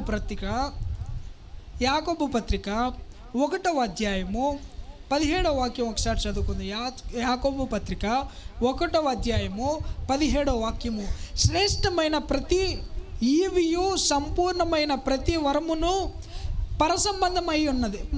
పరసంబంధమైనది జ్యోతిర్మయుడగు తండ్రి యొద్ద నుండి వచ్చును. ఆయన యందు ఏ చంచలత్వమైనను గమనాగమనములో వలన కలుగు ఏ ఛాయ అయినను లేదు. ఆయన తాను సృష్టించిన వాటిలో మనము ప్రథమ ఫలముగా ఉండునట్లు సత్యవాక్యము వలన మనలను తన సంకల్ప ప్రకారము కనెను. హల్లెలూయా, హల్లెలూయా. ఆయన ఏ విధంగా మనని కన్నాడంట? ఏమండి? సత్యవాక్యము ద్వారా. మనకి ఏది జరగాలన్నా, ఏ వరమైనా, ఏ శ్రేష్టమైనదైనా రావాలి అంటే అది తండ్రి యొద్ద ఉన్నది. అది మీకు సంతరించును, అది మీకు వచ్చును. ఏమండి? అది మనందరికీ లభిస్తుంది. కానీ మనం ఎలా జీవించాలి? విశ్వాస సహితమైన ప్రార్థన రోగిని స్వస్థపరచును. విశ్వాస సహితమైన ప్రార్థన మనకి ఆశీర్వాదము కలుగు చేయును. విశ్వాసరహితమైన ప్రార్థన మన కష్టాల నుండి, మన బాధల నుండి, ఏమండి, మన కష్టాల నుండి, మన బాధల నుండి మనల్ని దూరము చేయును. హల్లెలూయా. చప్పట్లు కూడా అందరూ గట్టి హల్లెలూయా చెప్పండి. విశ్వాసము చేత మన జీవితము కట్టబడుతుంది, కానీ అవిశ్వాసము చేత మన జీవితము కట్టబడదు. కాబట్టి ప్రియులారా, ఎవరైతే విశ్వాసముతో కూడా ఉంటారో వారి జీవితము ఆశీర్వదించబడుతుంది. ఎవరైతే విశ్వాసముతోటి, నమ్మకముతోటి దేవుణ్ణి ఆరాధిస్తారో వారి జీవితము 1000 దీవించబడుతుంది. దేవుని యొక్క వాక్యము సెలవిస్తూ ఉన్నది. యోబు గారు ఉదయాన్నే లేచి తన కుమారుల కొరకు, తన కుమార్తెల కొరకు, తన యావత్తు కుటుంబం కొరకు ఆయన ఉదయమున లేచి ఏం చేసేవాడంట? దహన బలులు అర్పించేవాడంట. దహన బలులు ప్రార్థన చేసేవాడంట. తన కుమారులు తమ మనస్సులో ఏమన్నా పాపము చేసేవారేమో అని చెప్పి ఆయన తన కుమారుల కొరకు, కుమార్తెల కొరకు, తన కుటుంబం కొరకు ఆయన దహన బలులు అర్పించేవాడంట. మనం ఈరోజు ప్రార్థన అసలు కనీసం మన కుటుంబం కొరకు, మన పిల్లల కొరకు, మన బంధువుల కొరకు కనీసం ప్రార్థన చేసేవారిగా ఉన్నామా? ప్రార్థన చేసేవారిగా ఉన్నామా? అసలు మన పిల్లలు ఎలా ఎదుగుతున్నారో మనకు అర్థం కావట్లేదు. ఎవరన్నా మీ పిల్లల్ని ఆదివారం తీసుకురండి అమ్మా అంటే, అయ్యా వాడు నా మాట వినట్లేదయ్యా అంటారు. ఆడయ్యా వాడు అసలు అంటారు. ఆ మాట ఎందుకు వస్తుంది? ఏమండి, ఆ మాట ఎందుకు వస్తుంది? బాలుడు తన నడవవలసిన త్రోవలో వాడిని నడిపినట్లయితే వాడు పెరిగి పెద్ద అయిన తర్వాత తప్పుడు మార్గంలో నడవకుండా యెహోవా యందు భయభక్తులు కలిగి వాడు జీవిస్తాడు అని చెప్పి వాక్యం సెలవిస్తూ ఉన్నది కదా. మనం చిన్నప్పుడే వాడిని సక్రమమైన మార్గంలో పెంచకుండా ఎదిగిన తర్వాత ఏం చేసి బాధపడి ఏడ్చి తల ముట్టుకున్నా అది మనకి ఉపయోగకరంగా ఉండదు. ఎంతోమంది యవనస్తులు ఎన్నో వ్యసనాల చేత పీడించబడుతూ ఉన్నారు. వ్యసనాలకు అలవాటు పడిపోయి ఆ వ్యసనాలలో నుంచి బయటికి రాకుండా ఉండిపోతున్నారు. దానికి కారణం ఎవరంటే తల్లిదండ్రులే. వారు పెంచిన విధానమే.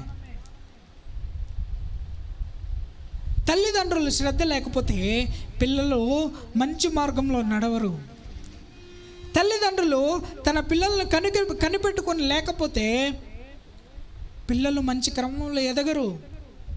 అందరూ సామెత చెప్తారు కదా, మొక్కై వంగనిది మానై వంగున. ఇప్పుడు ఒక చెట్టు ఉంది, ఆ చెట్టు ఏమవుతుందంటే పెరుగుతా ఇట్లా క్రాసుగా పెరుగుతూ వస్తుంది. ఏమండి, క్రాసుగా పెరుగుతూ వస్తుంది. ఏం చేస్తాడు తోటమాలి?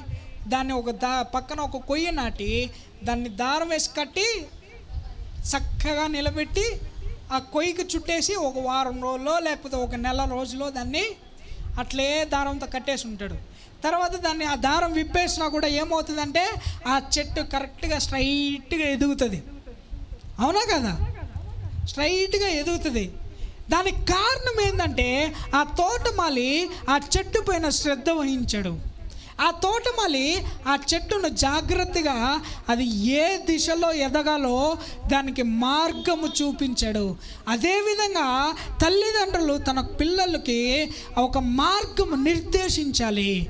ఆడు ఎలా ఎదగాలి, ఆడు ఎలా బ్రతకాలి, ఆడు ఎలా జీవించాలి, ఆడు ఏ విధంగా జీవించాలి అని చెప్పి తల్లిదండ్రులు మార్గ నిర్దేశకులుగా ఉండి తమ పిల్లలను చక్కదిద్దుకోవాలి. ఈరోజు ఎంతమంది కుటుంబముగా వచ్చి ఆరాధించగలుగుతున్నాం? ఈరోజు ఎంతమంది కుటుంబ సమేతంగా పిల్లలతో పాటు, భర్తలతో పాటు, లేకపోతే భార్యలతో పాటు ఎంతమంది కుటుంబ సమేతంగా వచ్చి దేవుణ్ణి ఆరాధించే వారిగా ఉంటున్నారు? చాలా తక్కువ. ఒకవేళ మన కుటుంబము మారకపోవడానికి కారణం మనమేమో. ఏమండి, మన కుటుంబం మారకపోవడానికి కారణం మనమేమో. ఎందుకంటే మనమే విశ్వాసంలో సన్నగిలుతూ ఉంటే మన కుటుంబం ఎలాగ విశ్వసించబడుతుంది? మనమే దేవుని విశ్వాసం పైన సన్నగిలుతూ ఉంటే మన కుటుంబంలోని వ్యక్తులు ఎలా దేవుణ్ణి తెలుసుకుంటారు? ఎలా వారు మందిరానికి నడుస్తారు? దేవుడు చెప్పిన విధంగా కాకుండా, దేవుడు సూచించిన విధంగా కాకుండా, ఆయన చెప్పిన ప్రకారముగా కాకుండా దేవునికి విరోధంగా జీవిస్తున్నట్లయితే జాగ్రత్త ప్రియులరా, నాశనం మనకి ఎంతో తొందరలో లేదు అనే అర్థము. మనం చాలా జాగ్రత్తగా ఉండాలి. ఇంకోసారి ఆ వాక్యం చదువుకుందాం. శ్రేష్టమైన ప్రతి ఈవియు, సంపూర్ణమైన ప్రతి వరమును పరసంబంధమైనది జ్యోతిర్మయుడగు తండ్రి యొద్ద నుండి వచ్చును. ఆయన యందు ఏ సంచలత్వము గమనాగమనుల వలన కలుగు ఏ ఛాయను లేదు. ఆయన అందరినీ సమానంగా చూస్తాడు. ఆయన అందరినీ సమానంగా ప్రేమిస్తాడు. ఆయన అందరినీ సమానంగా ఆశీర్వదిస్తాడు, సమానంగా దీవిస్తాడు.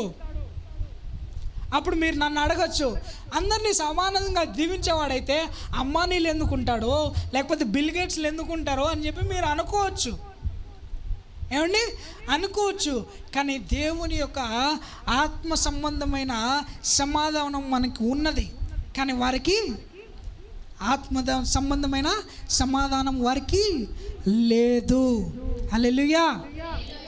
ఆత్మ సంబంధమైన సంతోషం మనకు ఉన్నది, కానీ వారికి ఆత్మ సంబంధమైన సంతోషము లేదు. మనకి దేవుని పైన కొద్ది గొప్ప భయభక్తులు ఉన్నాయి, వాళ్ళకి అది కూడా లేదు. మనిషిని పోల్చి చూసుకోకూడదు, మనిషి చూసి పోల్చుకోకూడదు. మనిషి ఎవరిని చూసి పోల్చుకోవాలంటే దేవుణ్ణి చూసి పోల్చుకోవాలి, క్రీస్తును చూసి పోల్చుకోవాలి. ఎందుకంటే క్రీస్తు ఎలాగైతే ఉన్నాడో మనం కూడా అలాగ ఉండాలి. దేవుని వాక్యం సెలవిస్తూ ఉన్నది, దేవుడు మనకి చెప్తా ఉన్నాడు, నేను పరిశుద్ధుడనై ఉన్నాను కాబట్టి మీరును పరిశుద్ధులై ఏం చేయాలంట, ఏం చేయాలంట చెప్పండి గట్టిగా, తెలిసిన వారన్నా గట్టిగా చెప్పండి. నేను పరిశుద్ధుడనై ఉన్నాను కాబట్టి మీరు పరిశుద్ధులై ఉండుడి. నేను వెలుగు సంబంధిని కాబట్టి మీరు కూడా ఆ వెలుగులోకి రండి. దేవుని వాక్యం సెలవిస్తూ ఉన్నది. ఈ లోక సంబంధమైన వాటి గురించి మనం ఎప్పుడు కూడా యోచన చేయకూడదు. ఈ లోక సంబంధమైన వాటి గురించి మనం ఎప్పుడు కూడా ప్రాకులాడకూడదు. పౌలు భక్తుడు చెప్తున్నాడు, నాలో ఎటువంటి గర్వమును లేదు. ఒకవేళ నేను గర్వించవలసి వస్తే నా క్రీస్తు యొక్క సిలువ మరణము గురించి నేను గర్విస్తాను అని చెప్పి పౌలు భక్తుడు సెలవిస్తున్నాడు. హల్లెలూయా. చెప్పండి గట్టిగా హల్లెలూయా. మనం దేని కొరకు గర్వంగా జీవించాలి అంట, ఏమండి? క్రీస్తు యొక్క మరణము గురించి మనము గర్వించాలి అంట. ఎందుకు గర్వించాలి అంటే ఆయన మన కొరకు సిలువలో ప్రాణ త్యాగము చేశాడు, సిలువలో ప్రాణ త్యాగము చేశాడు, ఆయన రక్తము కార్చాడు. అందుకు మనం గర్వంగా చెప్పుకోవాలి, నా కొరకు నా తండ్రి, నా కొరకు నా ప్రభువు, నా కొరకు మన ప్రభువు సిలువలో రక్తము కార్చాడని చెప్పి మనము గర్వంగా చెప్పుకోవాలి, చాటి చెప్పాలి. హల్లెలూయా, హల్లెలూయా. పౌలు భక్తుడు చెప్తా ఉన్నాడు ఆ మాట, నాలో ఎటువంటి గర్వము లేదు. ఒకవేళ నేను గర్వించాల్సి వస్తే ఆయన సిలువ మరణము గురించి నేను గర్విస్తాను అని చెప్పి అంటున్నాడు. ఈరోజు మనలో అటువంటి గర్వం ఉన్నదా? లేకపోతే నాకు సాటైనోడు అసలు ఎవడు లేడు అని చెప్పే గర్వం ఉన్నదా? దేవుని యందు మనం గర్వించాలి, కానీ మిగతా వాటి యందు మనము గర్వించే వారిగా ఉండకూడదు. ఆయన తాను సృష్టించిన వాటిలో మనము ప్రతిఫలముగా ఉండినట్లు సత్యవాక్యము వలన మనలను తన సంకల్ప ప్రకారము కనెను. మనకంటే దేవుడు ముందుగా దూతలను సృష్టించాడు. ఏమండి? మనకంటే ముందుగా దేవుడు దూతలను సృష్టించాడు. దూతలు సైన్య సమూహాలు ఉన్నాయి, అన్నీ ఉన్నాయి. తర్వాత ప్రకృతిని సృష్టించాడు, భూమిని, ఆకాశాన్ని, అన్నిటినీ సృష్టించాడు. చివరిగా ఎవరిని సృష్టించాడు? ఏమండి? చివరిగా ఎవరిని సృష్టించాడు? చెప్పాలి గట్టిగా. మానవుణ్ణి సృష్టించాడు. కానీ దేవుడు ఎన్నుకున్నది ఎవరిని? దేవదూతల్ని సృష్టించాడు మొదటగా. వారిని ఎన్నుకోలా? లేకపోతే ఈ భూమిని, ఆకాశాన్ని సృష్టించాడు, వాటిని ఎన్నుకోలా? ఈ ప్రకృతిని సృష్టించాడు, వాటిని ఎన్నుకోలా? జంతువులను సృష్టించాడు, వాటిని ఎన్నుకోలా? కానీ ప్రథమ ఫలముగా ఆయన ఎవరిని ఎన్నుకున్నాడు? మానవుణ్ణి ఎన్నుకున్నాడు, మనల్ని ఎన్నుకున్నాడు, మనకి ప్రాముఖ్యతనిచ్చాడు. ఏమండి? మనకి ప్రాముఖ్యతనిచ్చాడు. కానీ మనం ఆయనకు ప్రాముఖ్యత ఇవ్వగలుగుతున్నామా? ఆయన యందు విశ్వాసం ఉంచగలుగుతున్నామా? ఏ కష్టం వచ్చినా, బాధ వచ్చినా మన తల్లిదండ్రులకు చెప్పుకోగలుగుతున్నాం, కానీ తండ్రి అయిన దేవునికి చెప్పుకోగలుగుతున్నామా? ఏమండి, చెప్పుకోగలుగుతున్నామా? ఏదన్నా కష్టం వచ్చినా ఇరుగు పొరుగు వారికి నాకు ఈ కష్టం వచ్చింది, ఈ బాధ వచ్చింది అని చెప్పుకునే వారిగా ఉంటున్నాం, కానీ దేవునికి చెప్పుకునే వారిగా ఉంటున్నామా? ఏమండి, దేవునికి చెప్పుకునే వారిగా ఉంటున్నామా? హిజ్కియా తనకి కష్టం వచ్చినప్పుడు మొట్టమొదటిగా ఏం చేశాడంటే హిజ్కియా, మరణము నీకు సంభవించబోచున్నది, నువ్వు త్వరలో చనిపోతున్నావు, కాబట్టి నీవు చేయాల్సిన పనులు ఏమన్నా ఉంటే తొందరగా వాటిని చక్కదిద్దుకునము, నువ్వు ఎక్కువ రోజులు బ్రతకు అని చెప్పి అతనికి ప్రవక్త అయిన ఇర్మియా చెప్పినప్పుడు, ఏమండి, ప్రవక్త అయిన ఇర్మియా చెప్పినప్పుడు అతని కష్టము బాధ దుఃఖము వచ్చేసి అతను మొదట ఏం చేశాడు? ప్రార్థన చేశాడు. దేవుని సన్నిధిలో మోకరించి ప్రార్థన చేశాడు. మరణ పడక మీద ఆయన ప్రార్థన చేశాడు. దేవా, నీ యందు నేను ఏమన్నా తప్పు చేశానా? నీ యందు నేను ఏదన్నా పాపము చేశానా? నీకు వ్యతిరేకమైన పనులు నేను ఏమైనా చేశానా? ఒకవేళ అవి ఏమన్నా చేసి ఉంటే దయచేసి నన్ను క్షమించుము, దయచేసి నా పాపములు కడుగుము అని చెప్పి కన్నీటితో ఆయన ప్రార్థన చేశాడు. హల్లెలూయా. ప్రార్థన చేసిన వెంటనే, ఏమండి, ప్రార్థన చేసిన వెంటనే దేవుని వాక్యం అతనికి ప్రత్యక్షమైంది. ఏమని ప్రత్యక్షమైందంటే, నీ కన్నీటి ప్రార్థన నాకు, ఏమండి, నీ కన్నీటి ప్రార్థన నా సన్నిధికి విడపడినది, కాబట్టి నువ్వు బాధపడకు, భయపడకుము, నువ్వు అప్పుడే మరణము పొందుకొనవు అని చెప్పి దేవుని వాక్యం అతనికి ప్రత్యక్షించబడినది. కాబట్టి ప్రియులారా, మనం అనుకోవచ్చు ఈ కష్టాల నుంచి, నా బాధల నుంచి నన్ను బయటపడేసే నాదుడు ఎవరు లేరు అని చెప్పి అనుకోవచ్చేమో, కానీ ఒక దేవుడు ఉన్నాడు. ఆయనే ప్రభువైన యేసుక్రీస్తు. హల్లెలూయా, హల్లెలూయా. మనము చేయాల్సిన పని అలా ఏంటి అంటే ఆయన్ని విశ్వసించడము. ఎవరైతే విశ్వసించి ఆ విశ్వాసముతోటి నడుచుకుంటారో వారికి రక్షణ కలుగుతుంది, వారు రక్షించబడతారు. హల్లెలూయా. ఒకవేళ లేనట్లయితే వాళ్ళు ఖచ్చితంగా రక్షించబడరు. ఇక్కడ ఇంకో వాక్యం మనం చదువుకుందాము. మత్తయి సువార్త 14వ అధ్యాయము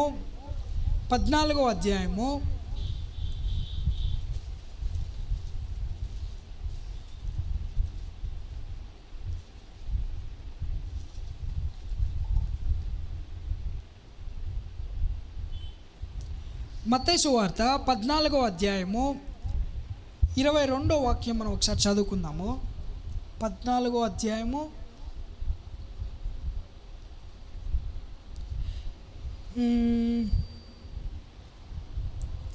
23 చదువుకుందాం. 14:23. ఆయన ఆ జన సమూహములను పంపివేసి ప్రార్థన చేయుటకు ఏకాంతముగా కొండ ఎక్కిపోయి సాయంకాలమైనప్పుడు ఒంటరిగా ఉండెను. అప్పటికా దోణె దరికి దూరముగా నుండి గాలి ఎదురైనందున అలల వలన కొట్టబడుచుండెను. రాత్రి 4వ జామున ఆయన సముద్రము మీద నడుచుచు వారి యొద్దకు వచ్చెను. ఆయన సముద్రము మీద నడుచుట శిష్యులు చూచి తొందరపడి భూతమని చెప్పుకొని భయము చేత కేకలు వేసిరి. వెంటనే యేసు ధైర్యము తెచ్చుకొనుడి, నేనే, భయపడుకుడని వారితో చెప్పగా. ఏమండి, కొండ మీద ప్రసంగం చేశాడు దేవుడు. ప్రసంగం చేస్తే వేలాది మంది దేవుని యొక్క ప్రసంగాన్ని విన్నారు. ఆ తర్వాత 5 రొట్టెలు 2 చేపలు పంచిపెట్టబడింది. ఆ తర్వాత ఏం చేశాడంటే దేవుడు, అతను ఏకాంతంగా, దేవుడు యేసుక్రీస్తు ప్రభువారు ఏకాంత సమయానికి వెళ్ళారంట. ఏకాంత సమయంకి వెళ్ళి ఆయన ఏం చేస్తున్నాడంట? కొండ మీదకి ఎక్కి ప్రార్థన చేస్తూ ఉన్నాడంట. హల్లెలూయా. ప్రార్థన చేయుటకు దేవుడు కొండపైకి ఎక్కి వెళ్ళాడంట. ఎవరికి ప్రార్థన చేస్తున్నాడు ఆయన? తండ్రికి ప్రార్థన చేస్తూ ఉన్నాడు. తండ్రికి ప్రార్థన చేసి ఆయన చిత్తము నెరవేర్చబడుటకు ఆయన ప్రయాసపడుతూ ఉన్నాడు. హల్లెలూయా. ఆ కింద మనం చూసుకున్నట్లయితే ఆ తర్వాత ప్రార్థన చేసి శిష్యులు పడవలో అద్దరికి వెళ్ళాలని చెప్పి మార్గ మధ్యలో పోతూ ఉంటే అలల చేత ఆ పడవ కొట్టుమిట్టాడుతూ ఉంది. కానీ దేవుడు మాత్రం ఏం చేస్తూ ఉన్నాడు? ఆ అలల పైన, ఆ నీటి పైన దర్జాగా నడుచుకుంటూ వెళ్ళిపోతూ ఉన్నాడు. వెళ్ళిపోయిన తర్వాత కింద పేతురు గారు చూసి ఏమన్నాడు? పేతురు, ప్రభువా, నీవే అయితే నీళ్ళ మీద నడిచి నీ యొద్దకు వచ్చుటకు నాకు సెలవిమ్మని ఆయనతో అనెను. ఆయన రమ్మనగానే పేతురు దోణి దిగి యేసు నొద్దకు వెళ్ళుటకు నీళ్ళ మీద నడిచిన కానీ గాలిని చూచి భయపడి మునిగిపోసాగి ప్రభువా నన్ను రక్షించమని కేకలు వేశాను. చూసారా? కొండ మీద ప్రసంగం విన్నాడు. ఏమండి? కొండ మీద ప్రసంగం విన్నారు. దేవునితో పాటు 24 గంటలు ఉంటున్నారు. దేవుడితో పాటు యేసుక్రీస్తు వారితో భోజనం తింటున్నారు. ఆయన ఏది తింటున్నారో వీళ్ళు అదే తింటున్నారు. ఆయన ఏం తాగుతున్నారో వీళ్ళు అదే తాగుతున్నారు. దేవుడు నీళ్ళల్లో నడుస్తూ ఉన్నాడు. ఆయన్ని చూసి నేను కూడా నడవచ్చా ప్రభు అంటే రా అని చెప్పి అన్నాడు. అతను దేవుణ్ణి చూసినంతసేపు అతను మునిగిపోలా. దేవుణ్ణి విశ్వసించి ఆయన దేవుని నమ్మకము పైన, దేవుని పైన నమ్మకంతో దోణి నుంచి కిందకి దిగి ఆ నీళ్ళల్లో నడిచినంతసేపు, దేవుని వైపు చూస్తున్నంతసేపు అతను మునిగిపోలా. ఏమండి? మునిగిపోలా. కానీ ఆ కింద వాక్యమే ఉంది. ఏమని ఉంది? గాలి చేత, గాలి చేత, గాలి చేత, బహు గాలి, ఓన్ గాలి వస్తూ ఉంటే ఆ గాలిని చూసి, ఆ అలని చూసి ఆయన భయపడ్డాడు అంట. ఏమండి? భయపడ్డాడంట. ఎప్పుడైతే దేవుని పైన విశ్వాసం లేకుండా గాలిని చూసి భయపడ్డాడో అప్పుడే అతను ఏమవ్వడం చూశాడు? మునిగిపోతున్నాడు. ఆ తర్వాత అంటున్నాడు ఆయన, ప్రభువా, ప్రభువా, నన్ను రక్షించు, నేను మునిగిపోతున్నాను, నన్ను రక్షించు, రక్షించు అని కేకలు వేస్తా ఉన్నాడు. అయ్యే, ఎందుకు? దేవుడు కాపాడలేడన్నా? దేవుడే కదా నిన్ను నీళ్ళల్లోకి రమ్మని చెప్పింది. కాబట్టి జాగ్రత్త ప్రియులరా. మనం దేవుని ఎదుట దేవుణ్ణి చూసినంత కాలము, లేకపోతే దేవుణ్ణి చూస్తూ మనం నడిచినంత కాలము, దేవుణ్ణి చూస్తూ దేవుణ్ణి అనుసరించినంత కాలము మన జీవితము సజావుగా సాగిపోద్ది. కానీ ఎప్పుడైతే దేవుణ్ణి చూడకుండా మనం దేవుణ్ణి, మన దృష్టి మరచి వేరే సైడ్ కానీ చూసామంటే పేతురు జీవితం లాగే మునిగిపోవటకు మనం కూడా సిద్ధపడాల్సిందే. హల్లెలూయా, హల్లెలూయా. దేవుడు మనల్ని రక్షిస్తాడు. ఆయన రక్షించుటకు సమర్థుడే. కానీ ఆయన పైన మనకి విశ్వాసం ఉండాలి. దేవుడు మనల్ని రక్షిస్తాడు, దేవుడు మనల్ని కాపాడుతాడు, ఆయన కాపాడడానికి సమర్థుడే. కానీ మనం ఆయన యందు విశ్వాసం ఉంచాలి, నమ్మిక ఉంచాలి. నమ్మకం లేకుండా ఏమీ జరగదు. కాబట్టి ప్రియులారా, జాగ్రత్త, మీ విశ్వాసమును కోల్పోకండి. మన విశ్వాసము చేతే మన ఆత్మీయ జీవితము కట్టబడుతుంది. కాబట్టి ఎవరైతే విశ్వాసము కోల్పోతారో వారు నశించిపోతారు. విశ్వాసము చేత తన జీవితాన్ని కట్టుకుంటారో వారు ఒక వెలుగుతారు. హల్లెలూయా, హల్లెలూయా, హల్లెలూయా. మనం ఎప్పుడు కూడా దేవునికి దగ్గరగా జీవించే వారమై ఉండాలి. మనం ఎప్పుడు కూడా దేవుణ్ణి చూస్తూ బ్రతికే వారిగా ఉండాలి.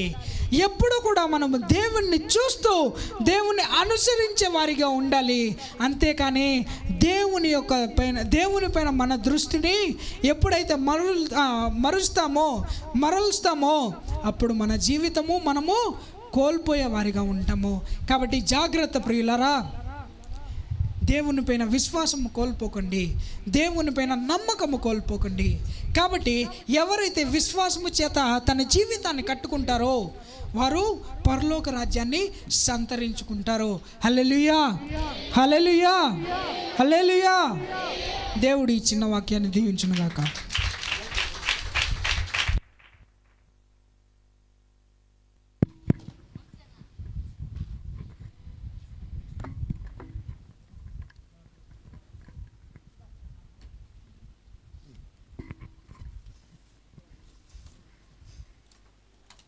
ప్రార్థన చేసుకుందాం.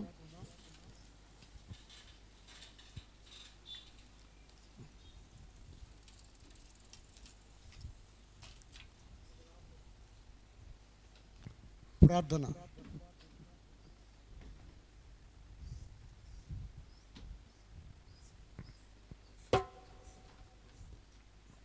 అందరూ తల్ల ఉంచి కళ్ళు మూసుకున్నట్టయితే పునరుద్ధరణ ఆరాధన ముగించబడింది. ప్రార్థన చేసుకుందాం. మహాపరిశుద్ధమైన తండ్రి, మా యేసయ్య గొప్ప దేవుడా, జీవాధిపతి, మీరు ఈ లోకమును ప్రేమించి మీ విలువైన ప్రాణాన్ని ప్రభా నా తండ్రి ఈ ప్రజల కొరకు నా ప్రభా నా తండ్రి అయ్యా కలవరి సిలువలో ప్రభా మీరు తండ్రి పెట్టి ప్రాణ రక్షకుడివై ఈ లోకానికి ప్రభా మీరు వచ్చినారయ్యా తండ్రి. ఇంతవరకు ప్రభా నాయన మీ కుమారుని మరుగుపరిచి సంఘంతో మాట్లాడినందువల్ల వందనాలు, స్తోత్రాలు తండ్రి. గొప్ప దేవుడా, ఇచ్చినటువంటి వాక్యం ఎన్నటువంటి హృదయాల్లో ఫలించినట్టుగా మీరు కార్యం చేయండి. ఎవరు రిస్తాస్థాలతో వెళ్ళకూడదయ్యా, అందరూ ఆశీర్వదించబడాలి. ఓ ప్రభా సమాధానపరచబడాలి. ఓ ప్రభా ఆరోగ్యం ముందుకోవాలి. గొప్ప దేవుడా, ఏ తక్కువ లేకుండా ప్రభా అందరినీ ఆశీర్వదించమని ప్రార్థిస్తున్నాను. గొప్ప దేవుడా, ప్రతి అక్కర తీర్చండి, మీ కృపతో నింపండి. దేవా గొప్ప దేవుడా, ఇదిగో ప్రభా బిడలు ఎంతో ప్రయాసపడి వచ్చిన ఫలితం మీరు మాట్లాడినందువల్ల వందనాలు, స్తోత్రాలు. శాశ్వతంగా ఈ బిడ్డలకినైనా మీరు దేవుడయ్యి, రక్షకుడయ్యి, విమోచకుడయ్యి తండ్రి ఆదరించి ఆశీర్వాదాలిచ్చి కృపతో నింపిన తండ్రి. ఇక ముందున్నటువంటి కార్యక్రమంలో ప్రభా మీ ఆధిపత్యంలో జరిపించి మీరు మహిమ తెచ్చుకోమని యేసు క్రీస్తు నామములో ప్రార్థించి వేడుకుంటున్నాం తండ్రి. ఆమేన్, ఆమేన్, ఆమేన్, ఆమేన్. హల్లెలూయా, హల్లెలూయా, హల్లెలూయా. ఆశీర్వాదం మన తండ్రి అయినటువంటి దేవుని ప్రేమ, మన ప్రభు యేసు క్రీస్తు వారి కృప, పరిశుద్ధాత్మ దేవుడి సన్నిధి సహవాసం ఇప్పుడును ఎల్లప్పుడూ మనకిని సకల పరిశుద్ధులకిని సదాకాలము తోడై ఉండునుగాక. ఆమేన్. చప్పటి కూడా దేవుని మహిమపరుచుకుందాం.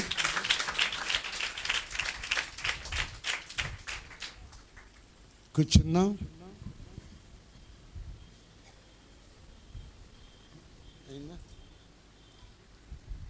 గమనించ